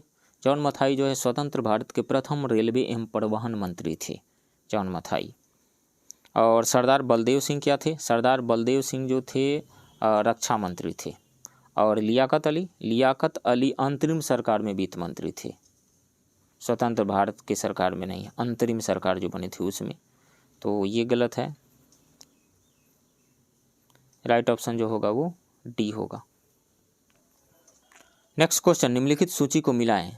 तबकात ए नासरी किसके द्वारा लिखा गया था? मिनहाज उज सिराज के द्वारा लिखा गया था। ए का बी हो जाएगा, ए का ए का डी, ए का सी, ये सब कट गया। 1 का जो होगा वो 1 का बी होगा, तो 1 का ए कट गया, ये ऑप्शन खत्म। 1 का डी दिया हुआ, ये ऑप्शन खत्म। 1 का सी इसमें दिया, ये ऑप्शन खत्म। बच गया क्या? ए का बी, एक ही से काम चल गया। 1 का बी होगा, राइट ऑप्शन यहाँ पे बी होगा। यानी तबकात नासरी के लेखक जो थे वो मिनहाज उज सिराज थे। तारीख फिरोजशाही के लेखक जियाउद्दीन बर्नी थे। तुझके बाबरी के लेखक बाबर थे। अफसाना ए शाही के लेखक शेख कबीर थे। सो 1 का बी और 2 का सी, 3 का ए, 4 का डी। नेक्स्ट क्वेश्चन, ऐहोल शिलालेख किसके द्वारा लिखा गया था? तो ऐहोल शिलालेख प्रसिद्ध चालुक्य शासक पुलकेशिन द्वितीय का ऐहोल शिलालेख उनके दरबारी कवि रवि कीर्ति के द्वारा लिखा गया था, रवि कीर्ति, राइट ऑप्शन सी होगा। और समुद्रगुप्त की प्रयाग प्रशस्ति की रचना हरिसेन ने की थी। नेक्स्ट क्वेश्चन, पूरा पाषाण काल के औजारों की खोज सबसे पहले किसने की थी? तो रॉबर्ट ब्रूस फुट 1863 में पूरा पाषाण काल के उपकरणों की खोज करने वाले भारत के पहले व्यक्ति थे। पलावरम में पहले पूरा पाषाण शिल्प की खोज की गई थी। सो राइट ऑप्शन हो जाएगा D, Robert Bruce foot. Next question, गुप्त काल में अपराहत भूमि किस प्रकार की भूमि थी? तो वो वन भूमि थी, राइट ऑप्शन ए होगा। गुप्त काल के दौरान भूमि को 5 श्रेणियों में वर्गीकृत किया गया था, 5 श्रेणियों में बांटा गया था। क्षेत्र भूमि जो है, कृषि योग्य भूमि को क्षेत्र भूमि कहा जाता था, रहने योग्य भूमि को विशाल भूमि कहा जाता था, चारागाह के भूमि को गपतसारा कहा जाता था और बंजर भूमि को खिला भूमि, जंगल या वन भूमि को अपराहत भूमि कहा जाता था। नेक्स्ट क्वेश्चन, सत्य कथन का चयन करें। करसापण मौर्य काल में ढाले गए सोने के सिक्के थे? नहीं, सोने के सिक्के नहीं थे, ये चांदी के सिक्के थे। निष्क जो है वो मौर्य काल में सोने के सिक्के थे। कमल और बैल का संबंध बुद्ध के जन्म से है, ये सही है। द्वितीय जैन संगीति में 12 अंगों का संकलन किया गया था। द्वितीय संगति में नहीं, पहली संगीति में जो पाटलिपुत्र में आयोजित हुई थी उसमें 12 अंगों का संकलन किया गया था और 2 संप्रदायों में जैन धर्म विभाजित हो गया था। तो ये गलत है। अजंता के गुफा संख्या 17 को चित्र दीर्घा कहा जाता है, ये सही है।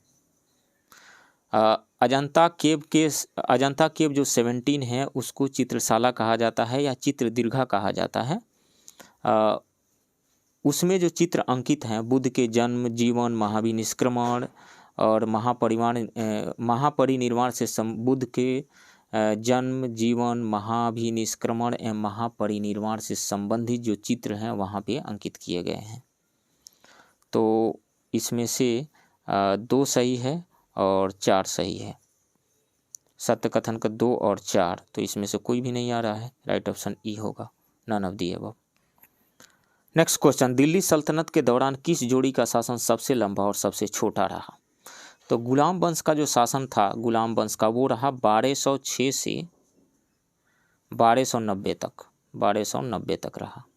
उसके बाद में खिलजी वंश की यदि बात करें तो खिलजी वंश का शासन रहा 1290 से 1320 तक। तुगलक वंश का शासन की यदि बात करें तो वो रहा 1320 से 1414 तक। और सैयद वंश का शासन ये रहा 1414 से लेकर के 1451 तक। और लोधी वंश का जो शासन रहा वो रहा 1451 से लेकर के 1526 तक। तो सबसे ज़्यादा लंबा कार्यकाल किसका रहा? सबसे लंबा कार्यकाल निकालने के लिए या सबसे छोटा कार्यकाल निकालने के लिए, शासनकाल निकालने के लिए हम क्या करते हैं, घटा लेते हैं। 1206 से 1290 लगभग 84 साल आ रहा है गुलाम वंश के लिए। खिलजी वंश का जो है 1290 से 1320 है, लगभग 30 वर्ष आ रहा है। तुगलक वंश का 1320 से 1414 तक लगभग 94 वर्ष आ रहा है। उसके बाद में सैयद वंश का 1414 से 1451 तक लगभग 37 वर्ष आ रहा है। उसके बाद में लोधी वंश का 1451 से 1526 तक लगभग 75 साल आ रहा है। तो सबसे लंबा कार्यकाल किसका आ रहा है शासनकाल? तुगलक वंश का आ रहा है लगभग 94 साल। और सबसे छोटा किसका आ रहा है? खिलजी वंश का आ रहा है 30 साल के आसपास। तो सबसे लंबा तुगलक, सबसे छोटा खिलजी। तो Tughlaq Khilji right option C हो जाएगा।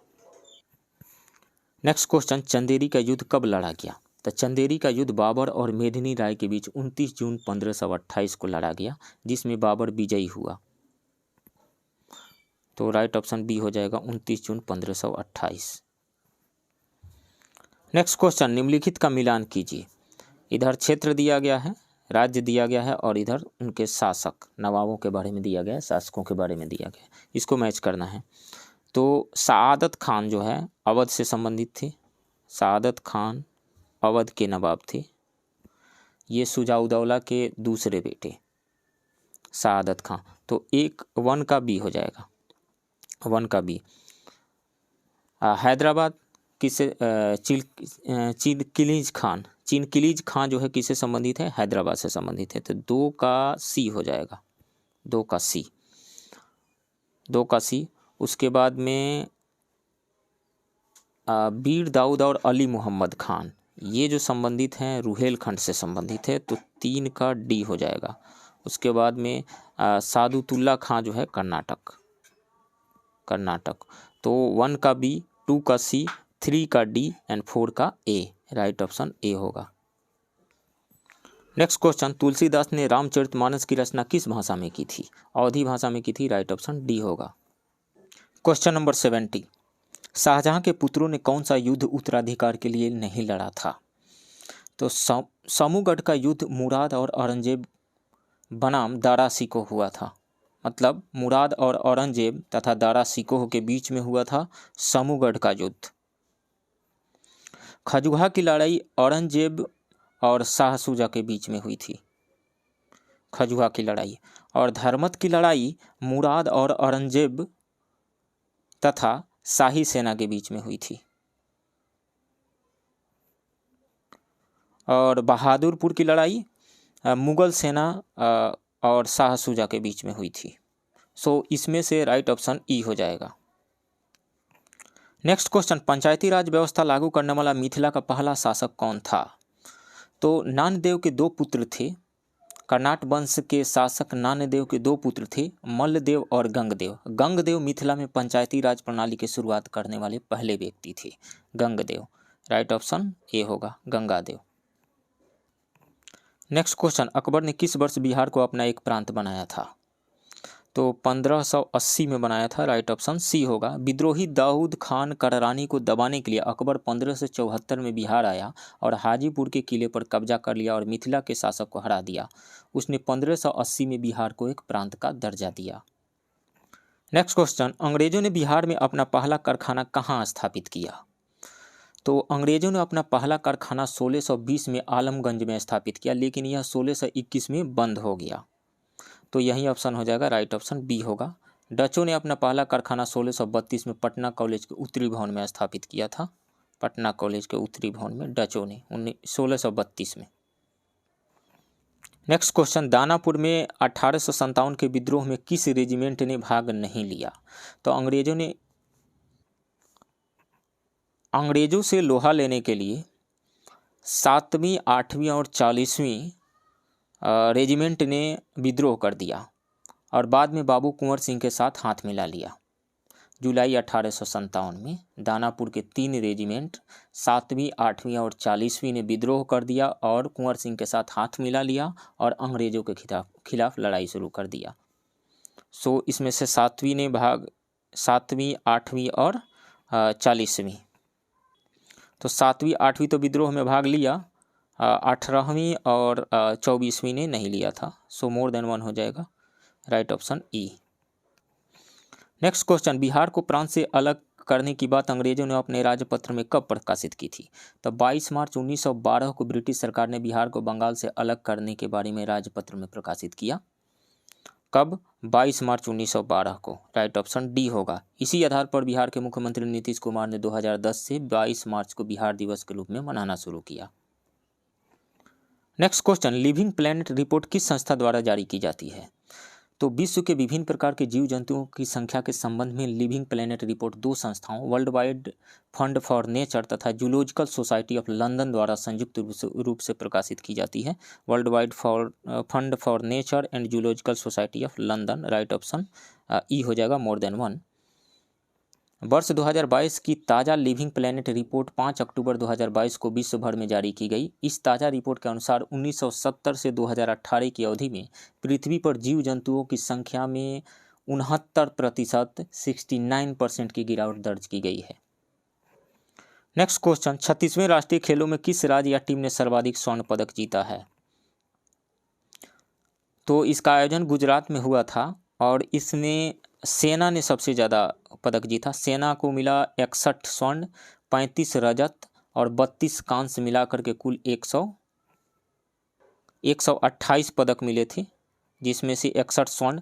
महाराष्ट्र को मिले थे 39 स्वर्ण, 38 रजत और 63 कांस्य, कुल मिले थे 140 पदक।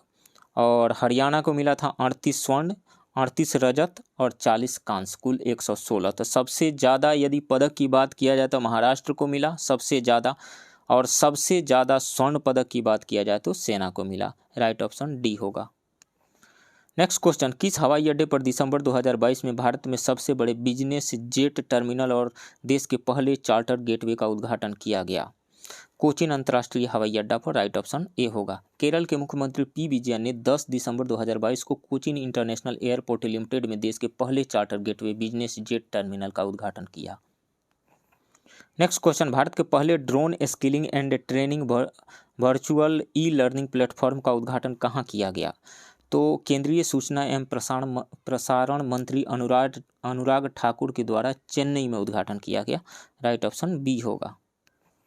नेक्स्ट क्वेश्चन, डीना बोलुआर्टे ने किस देश की पहली महिला राष्ट्रपति का पद ग्रहण किया? पेरू की। राइट ऑप्शन सी होगा। पेरू के राष्ट्रपति पेड्रो कैस्टिलो को महाभियोग चलाकर हटा दिया गया। उनकी जगह उपराष्ट्रपति डीना बोलुआर्टे को 7 दिसंबर 2022 को राष्ट्रपति पद की शपथ दिलाई गई। डीना बोलुआर्टे देश की पहली महिला राष्ट्रपति हैं। नेक्स्ट क्वेश्चन, उस भारतीय रेडियो टेलीस्कोप का क्या नाम है जिसने खगोलविदों को ब्रह्मांड के चारों ओर आकाशगंगाओं की प्रकृति के बारे में सुराग प्रदान किया है? उसका नाम है सारस 3। राइट ऑप्शन बी होगा। हाल ही में भारत के सारस 3 रेडियो टेलीस्कोप ने खगोलविदों को ब्रह्मांड के आरंभिक तारों एवं आकाशगंगाओं की प्रकृति के बारे में संकेत प्रदान किया है। RRI के खगोलविदों द्वारा आविष्कृत एवं निर्मित सारस 3 रेडियो टेलीस्कोप आवश्यक संवेदनशील तक पहुंचने वाला संपूर्ण विश्व में प्रथम टेलीस्कोप है। नेक्स्ट क्वेश्चन, 53वें भारतीय अंतर्राष्ट्रीय फिल्म समारोह में किस फिल्म को सर्वश्रेष्ठ फिल्म का गोल्डन पीकॉक पुरस्कार मिला? तो वो मिला I have electric dreams. I have electric dreams, right option B होगा। नेक्स्ट क्वेश्चन, मंकी पॉक्स नामक बीमारी को WHO द्वारा क्या नाम दिया गया है? एम पॉक्स दिया गया है नाम, राइट ऑप्शन डी होगा। नेक्स्ट क्वेश्चन, विश्व का पहला बौद्ध विश्वविद्यालय कहाँ स्थापित किया जा रहा है? सबरूम में किया जा रहा है, राइट ऑप्शन ए होगा। विश्व बुद्धिस्ट पोप एसोसिएशन के मुखिया शाक्य गसन ने 29 नवंबर 2022 को त्रिपुरा राज्य के सबरूम में मनुबंगल में विश्व के पहले बुद्ध विश्वविद्यालय की नींव रखी। नेक्स्ट क्वेश्चन, किस राज्य के मुख्यमंत्री ने महाभारत के एक पात्र जरासंध जो मथुरा के राजा कंस के ससुर थे की स्मृति में जरासंध मेमोरियल बनाने की घोषणा की है? बिहार के मुख्यमंत्री श्री नीतीश कुमार जी ने, राइट ऑप्शन बी होगा। नेक्स्ट क्वेश्चन, G20 सदस्य देशों के 19वें शिखर सम्मेलन की मेजबानी किस देश द्वारा की जाएगी? तो 19वें शिखर सम्मेलन की मेजबानी 2024 में ब्राज़ील के द्वारा की जाएगी। 18वें शिखर सम्मेलन की मेजबानी 2023 में भारत के द्वारा की जाएगी। सो राइट ऑप्शन होगा सी, ब्राज़ील। नेक्स्ट क्वेश्चन, न्यायमूर्ति धनंजय वाई चंद्रचूड़ का भारत के मुख्य न्यायाधीशों की सूची में कौन सा क्रम है? तो वो 50वां क्रम है उनका, 50वें मुख्य न्यायाधीश बने हैं, राइट ऑप्शन सी होगा। Next question, the light we carry पुस्तक के लेखक कौन है? मिशेल ओबामा है, राइट ऑप्शन ए होगा। वसीम अकरम ने क्या लिखा है? सुल्तान ए मेमोइर। और जेफरी ऑर्चर ने क्या लिखा है? इन्होंने लिखा है नेक्स्ट इन लाइन। और कॉलिन हुबर ने क्या लिखा है? It starts with us. Next question, 32वां बिहारी पुरस्कार सम्मान किसे सम्मानित दिया गया? यानी 32वां बिहारी पुरस्कार से किसे सम्मानित किया गया है? माधव हाडा को सम्मानित किया गया है, राइट ऑप्शन ए है। हिंदी के चर्चित साहित्यकार मधु काकड़िया एवं डॉक्टर माधव हाडा को क्रमशः 2021 एवं 2022 का 31वां एवं 32वां बिहारी पुरस्कार दिया गया है।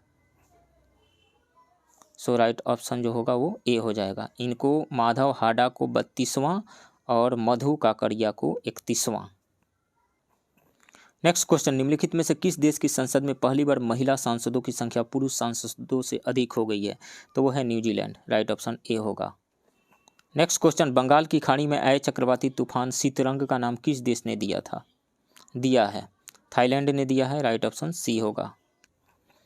Next question, network readiness index 2022 में भारत की रैंक क्या है? तो भारत की रैंक 61वां है, 61 है, राइट ऑप्शन ए होगा। कौन सा संस्था इसको जारी करता है? वाशिंगटन DC स्थित पोर्टलांस इंस्टीट्यूट द्वारा ये इंडेक्स जारी किया जाता है। 131 देशों की सूची में भारत को 61 स्थान मिला हुआ है। नेक्स्ट क्वेश्चन, U23 विश्व कुश्ती चैंपियनशिप में स्वर्ण पदक जीतने वाले पहले भारतीय पहलवान कौन बने हैं? अमन सहरावत बने हैं, अमन सहरावत, राइट ऑप्शन ई हो जाएगा। भारत के अमन सहरावत ने स्पेन में अंडर-23 विश्व कुश्ती चैंपियनशिप में स्वर्ण पदक जीतकर इतिहास रच दिया है।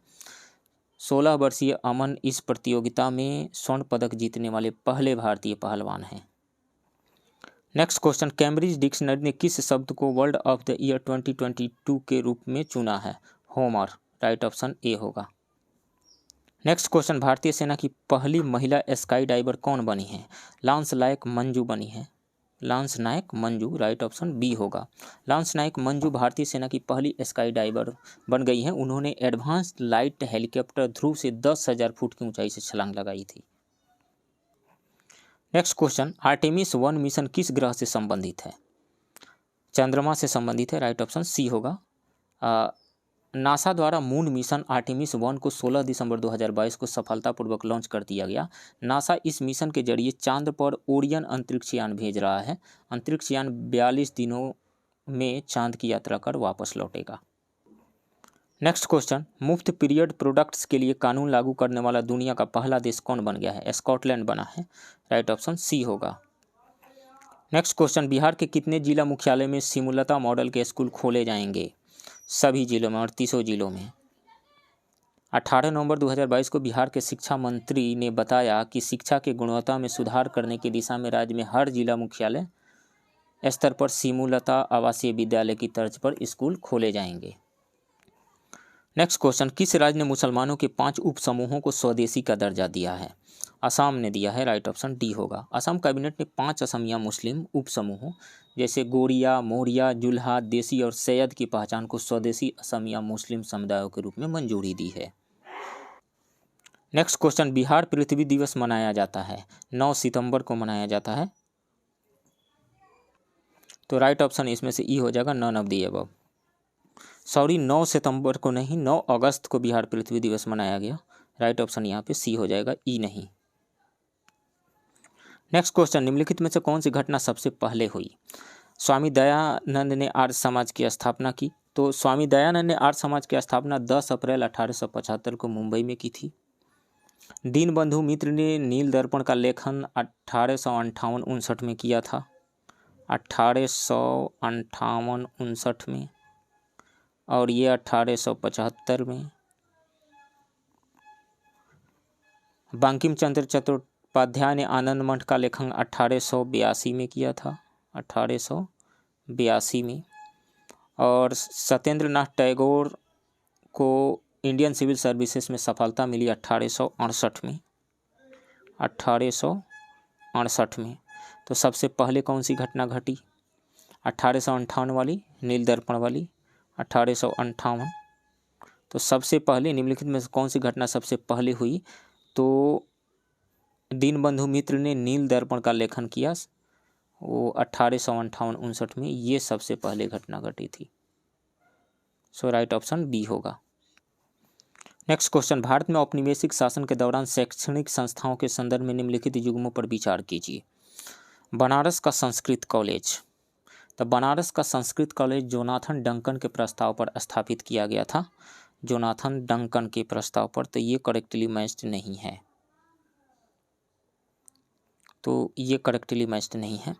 Calcutta Madrasa. Calcutta Madrasa governor general Warren Hastings द्वारा 1780 में स्थापित किया गया था, वारेन हेस्टिंग्स के द्वारा 1780 में। तो ये सही है। Fort William college Lord Wellesley द्वारा 1800 में स्थापित किया गया था, तो आर्थर वेलेस्ली, लॉर्ड वेलेस्ली, लेकिन यहाँ पे आर्थर वेलेस्ली दिया गया, तो ये गलत होगा। यहाँ पे तो 2 ही सिर्फ सही है और कोई ऑप्शन मैच नहीं कर रहा है। सो राइट ऑप्शन ई हो जाएगा। नेक्स्ट क्वेश्चन, इन कथनों में से कौन सा एक चंपारण सत्याग्रह का अति महत्वपूर्ण पहलू है? अति महत्वपूर्ण, राष्ट्रीय आंदोलन में अखिल भारतीय स्तर पर अधिवक्ताओं, विद्यार्थियों और महिलाओं की सक्रिय सहभागिता, यह अति महत्वपूर्ण नहीं है। राष्ट्रीय आंदोलन में भारत के दलित और आदिवासी समुदायों की सक्रिय भागीदारी, ये भी नहीं है। भारत के राष्ट्रीय आंदोलन में किसान असंतोष का सम्मिलित होना, ये अति महत्वपूर्ण पहलू है। राइट ऑप्शन सी होगा।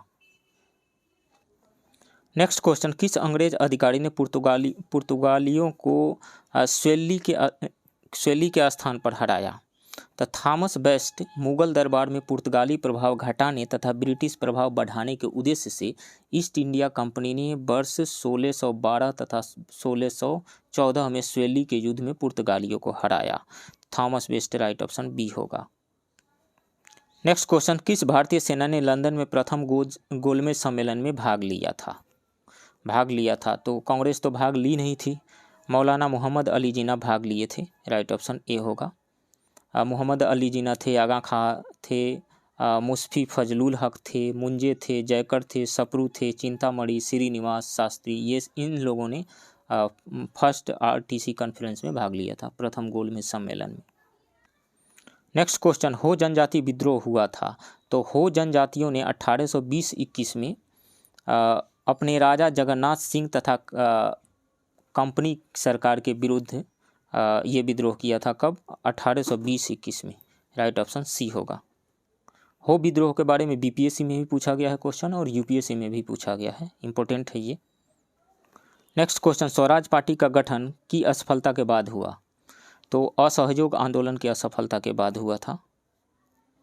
राइट ऑप्शन ए होगा। स्वराज पार्टी का गठन किसने किया था? स्वराज पार्टी का गठन जो है मोतीलाल नेहरू और सी आर दास मिल करके किए हुए थे मार्च 1923 में। नेक्स्ट क्वेश्चन, निम्नलिखित में से कौन नरमपंथियों में शामिल नहीं थे? तो लाल, बाल और पाल ये तीनों गर्मपंथी दल के ये नेता थे, एक्सट्रीमिस्ट थे।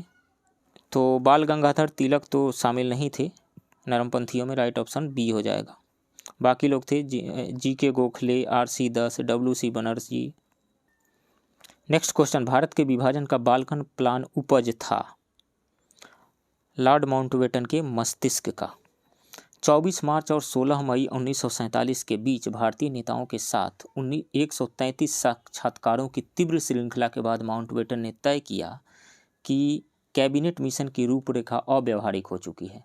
तब उन्होंने एक वैकल्पिक योजना बनाई जिसे बाल्कन प्लान का गुप्त नाम दिया गया। नेक्स्ट क्वेश्चन, 1927 की बटलर कमेटी का उद्देश्य था? तो भारत सरकार तथा देशी राज्यों के मध्य संबंधों को सुधारना उद्देश्य था, राइट ऑप्शन डी होगा। इसने अपना रिपोर्ट ये 1927 में इस कमेटी का गठन किया गया था और 1929 में इन्होंने अपना रिपोर्ट सौंपा था। नेक्स्ट क्वेश्चन, सूची 1 एवं सूची 2 से सुमेलित कीजिए तथा दिए गए कूटों में से सही उत्तर का चयन कीजिए। कूका विद्रोह कब हुआ था? कूका विद्रोह 1872 में हुआ था, तो ए का 4 हो जाएगा। वर्ली विद्रोह कब हुआ था? वर्ली विद्रोह 1945 में हुआ था, तो बी का 3 हो जाएगा। संथाल विद्रोह कब हुआ था? 1855-56 में हुआ था, तो सी का 2 हो जाएगा। तेभागा कृषक संघर्ष कब हुआ था? 1946 में हुआ था, तो डी का 1 हो जाएगा। तो इसमें से कौन सा हो गया? 4 4 3 2 1, 4 3 2 1, राइट ऑप्शन सी होगा। नेक्स्ट क्वेश्चन, आर्थिक तौर पर 19वीं शताब्दी में भारत पर अंग्रेज शासन का एक परिणाम था। भारतीय हस्तशिल्पों के निर्यात में वृद्धि, गलत। भारतीयों के स्वामित्व वाले कारखानों की संख्या में वृद्धि, ये भी गलत। नगरीय जनसंख्या में तीव्र वृद्धि, ये भी गलत। भारतीय कृषि का वाणिज्यीकरण, राइट ऑप्शन सी होगा। नेक्स्ट क्वेश्चन, अहरार आंदोलन के बारे में निम्नलिखित में से कौन सा कथन सत्य है? मौलाना मोहम्मद अली इसके संस्थापकों में से एक थे। 1906 में बंगाल के राष्ट्रवादी मुसलमानों द्वारा इस आंदोलन को प्रारंभ किया गया। इस आंदोलन का मुख्य लक्ष्य मुसलमानों की राष्ट्रीय आंदोलन में सहभागिता को प्रोत्साहित करना तथा ब्रिटिश राज के प्रति स्वामी भक्ति की भावना को हतोत्साहित करना था। इस आंदोलन का नेतृत्व मौलाना अली हकीम अजमल खां, मौलाना जफ़र अली खां, हसन इमाम, नजरुल हक आदि के द्वारा किया गया था। तो मौलाना मोहम्मद अली इसके संस्थापकों में से एक थे, ये सही है। इसके सदस्यों ने भारतीय स्वतंत्रता आंदोलन में सक्रिय भागीदारी की वकालत की, ये भी सही है। इसकी स्थापना 20वीं सदी के प्रारंभिक दशक में हुई थी, 1906 में, ये भी सही है। इसने अलीगढ़ आंदोलन के राजपक्ष समर्थक राजनीति का समर्थन किया, ये गलत है। Right option 1 2 3, right option B हो जाएगा। नेक्स्ट क्वेश्चन, टॉल्स्टॉय फॉर्म का संबंध निम्नलिखित में से किस नेता से है? महात्मा गांधी से है, राइट ऑप्शन ए होगा। महात्मा गांधी ने 1910 में दक्षिण अफ्रीका में टॉल्स्टॉय फॉर्म की स्थापना की थी। इस फॉर्म में गांधी जी ने अपने एक जर्मन मित्र कालेनबाख की मदद से दक्षिण अफ्रीका में सत्याग्रह कर रहे लोगों के परिवार की पुनर्वास समस्या को हल किया था। नेक्स्ट क्वेश्चन, निम्नलिखित क्रांतिकारियों में से किसको प्रसिद्ध काकोरी षड्यंत्र केस में फांसी की सजा दी गई? तो भारतीय क्रांतिकारियों द्वारा 9 अगस्त 1925 को काकोरी कांड को अंजाम दिया गया था। इसके तहत क्रांतिकारियों ने ब्रिटिश सरकार का सरकारी खजाना लूट लिया था। इसके बाद ब्रिटिश सरकार ने राम प्रसाद बिस्मिल, अशफाक उल्ला खां, ठाकुर रोशन सिंह, राजेंद्र लाहिड़ी, इन लोगों को फांसी की सजा दी गई थी। 1 2 3 5, 1 2 3 5 किसी में नहीं है, राइट ऑप्शन ई हो जाएगा, none of the above. Next question, Bihar के किस क्रांतिकारी नेता ने 14 अप्रैल 1929 को प्रथम नौजवान दिवस मनाने का ऐलान किया था? राम सुभग सिंह ने किया था, राइट ऑप्शन बी होगा। नेक्स्ट क्वेश्चन, पटना में अंग्रेजी ईस्ट इंडिया कंपनी के प्रमुख के रूप में 1664 में पहली नियुक्ति किसकी की गई थी? जॉब चारनाक की गई थी। राइट ऑप्शन सी होगा। नेक्स्ट क्वेश्चन, 1857 की क्रांति के दौरान बिहार का कौन सा एक प्रमुख क्षेत्र अप्रभावित रहा? तो बक्सर भाग लिया था, प्रभावित रहा। पूर्णिया भी प्रभावित रहा, चंपारण भी प्रभावित रहा, लेकिन भागलपुर जो है वो अप्रभावित रहा। राइट ऑप्शन सी होगा। नेक्स्ट क्वेश्चन, भारत छोड़ो आंदोलन के दौरान पटना से प्रकाशित किस समाचार पत्र का प्रकाशन नहीं हुआ? राष्ट्रवाणी का नहीं हुआ था, सर्च लाइट का भी नहीं हुआ था, इंडियन नेशन का भी नहीं हुआ था, सवेरा का हुआ था। सो 1, 2, 3 राइट ऑप्शन सी होगा। नेक्स्ट क्वेश्चन, बिहार में वर्ष 1921 में प्रिंस ऑफ वेल्स के आगमन पर समारोह बहिष्कार का नेतृत्व किसके द्वारा किया गया था? सरला देवी के द्वारा किया गया था। राइट ऑप्शन बी होगा। नेक्स्ट क्वेश्चन, भारत का सर्वाधिक दक्षिणी बिंदु अंडमान निकोबार द्वीप समूह के किस द्वीप पर स्थित है? तो वो है बृहद निकोबार पे, ग्रेट निकोबार पे। राइट ऑप्शन डी होगा। भारत का सर्वाधिक दक्षिणी बिंदु जो है वो इंदिरा पॉइंट है। यह ग्रेट निकोबार द्वीप पर स्थित है। पहले इसका नाम पिग्मिलियन पॉइंट था। और सबसे उत्तरी बिंदु कौन सा है? सबसे उत्तरी बिंदु जो है वो इंदिरा कौल है, जम्मू कश्मीर राज्य में है वो। नेक्स्ट क्वेश्चन, करेवा क्या है? तो करेवा एक प्रकार की मिट्टी है, जम्मू कश्मीर में पाई जाती है और केसर के खेती के लिए ये बहुत ही ज़्यादा प्रसिद्ध है। राइट ऑप्शन डी होगा। नेक्स्ट क्वेश्चन, भारत में काली मिट्टी का क्षेत्र मुख्यतः किस पठार पर स्थित है? तो दक्कन के पठार पर स्थित है, दक्कन के पठार। राइट ऑप्शन बी होगा। दक्कन का पठार महाराष्ट्र राज्य में स्थित है। यह ज्वालामुखीय बेसाल्ट चट्टानों का बना है। यह काली मिट्टी का क्षेत्र है। इस पठार के पूर्वी भाग को विदर्भ कहा जाता है। नेक्स्ट क्वेश्चन, चिनाब सिंधु की सबसे बड़ी सहायक नदी है। यह किन दो नदियों के मिलने से बनी है? तो वो बनी है चंद्रा और भागा। चंद्रा और भागा दोनों जो है हिमाचल प्रदेश से निकलती है। इसका उद्गम जो है हिमाचल प्रदेश में है। राइट ऑप्शन ए होगा। नेक्स्ट क्वेश्चन, प्रायद्वीपीय भारत के पूर्वी तटों पर अक्टूबर एवं नवंबर महीने में वर्ष की सर्वाधिक वर्षा होती है। इस ऋतु की व्यापक वर्षा का संबंध निम्न में से किससे होता है? तो चक्रवाती तूफान से होता है। राइट ऑप्शन सी होगा। भारतीय प्रायद्वीप के पूर्वी तटों पर अक्टूबर एवं नवंबर महीने में वर्ष की सर्वाधिक वर्षा होती है। इस वर्षा का संबंध बंगाल की खाड़ी से उठने वाले चक्रवाती तूफान से है। ये तूफान बंगाल की खाड़ी से उठकर उत्तर की तरफ बढ़ते हैं। कुछ चक्रवाती तूफान बांग्लादेश एवं म्यांमार के तट से भी टकराते हैं। नेक्स्ट क्वेश्चन, भारत वन स्थिति रिपोर्ट 2021 के अनुसार भारत में वन प्रतिशत है, वन प्रतिशत 21.71% है। राइट ऑप्शन बी होगा। Next question, Ranipur tiger reserve किस राज्य में स्थित है? तो 2022 में ही इसको टाइगर रिजर्व का दर्जा दिया गया है। ये उत्तर प्रदेश में है। राइट ऑप्शन डी होगा। ये उत्तर प्रदेश का चौथा टाइगर रिजर्व है और देश का 53वां टाइगर रिजर्व। नेक्स्ट क्वेश्चन, 2011 की जनगणना रिपोर्ट के अनुसार सर्वाधिक साक्षरता वाले राज्यों का कौन सा क्रम बढ़ते क्रम में सही है? तो सर्वाधिक साक्षरता जो है वो केरल का है, उसके बाद में मिजोरम का है, उसके बाद मिजोरम 91, वहाँ का साक्षरता जो है वो है, मिजोरम का साक्षरता जो है वो है 91.3%। और उसके बाद में है गोवा, गोवा का 88.7% है। उसके बाद है त्रिपुरा, त्रिपुरा का जो है 87.2% है साक्षरता दर।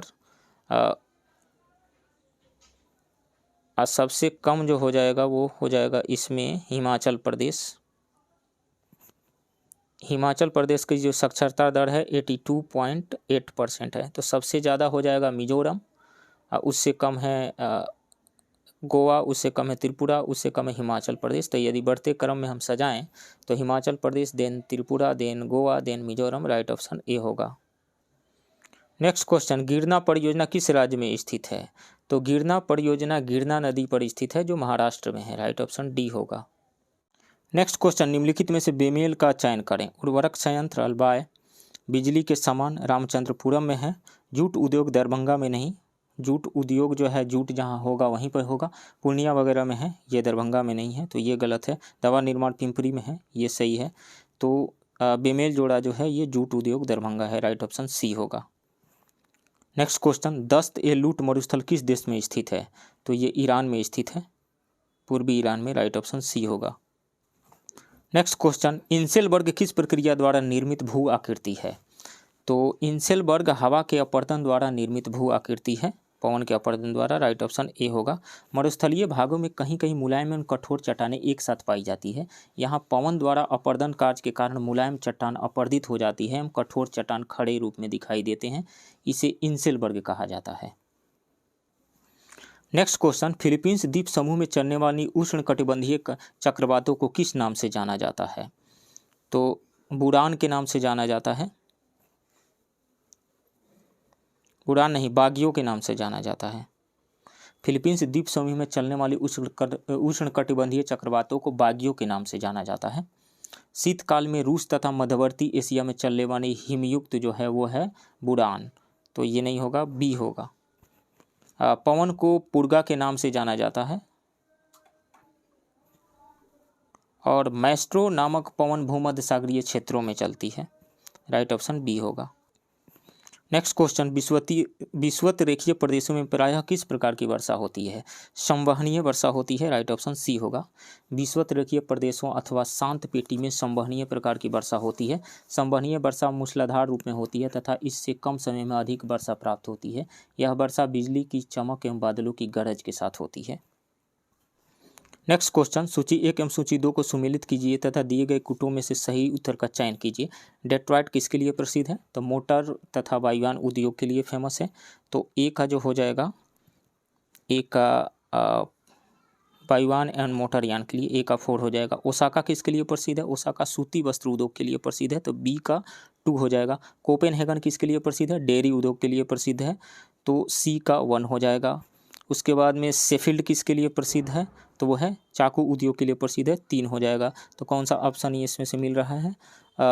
4213 राइट ऑप्शन ए है। नेक्स्ट क्वेश्चन, बिहार में विंध्यन समूह की चट्टानें किस जिले में पाई जाती है? तो ये रोहतास एवं कैमूर जिलों में पाई जाती है, रोहतास एवं कैमूर दोनों हो जाएगा, राइट ऑप्शन ई हो जाएगा, मोर देन 1। इन चट्टानों में सीमेंट उद्योग के लिए आवश्यक चूना पत्थर तथा गंधक निर्माण हेतु पाइराइट मिलता है। नेक्स्ट है, निम्नलिखित में से कौन एक पुरानी जलोढ़ मिट्टी है? तो लाल मिट्टी नहीं होगा, खादर मिट्टी भी नहीं होगा, ये तो नई जलोढ़ मिट्टी है। कगाड़ी मृदा भी नहीं होगा। बलसुंदरी मृदा जो है ये एक पुरानी जलोढ़ मृदा है। इसमें चूने की मात्रा 30% से अधिक होती है। इस मिट्टी की प्रकृति क्षारीय तथा रंग हल्का भूरा या सफ़ेदी होता है। इस मिट्टी में केला एवं लीची के बागान मुख्यतः पाए जाते हैं, राइट ऑप्शन सी होगा।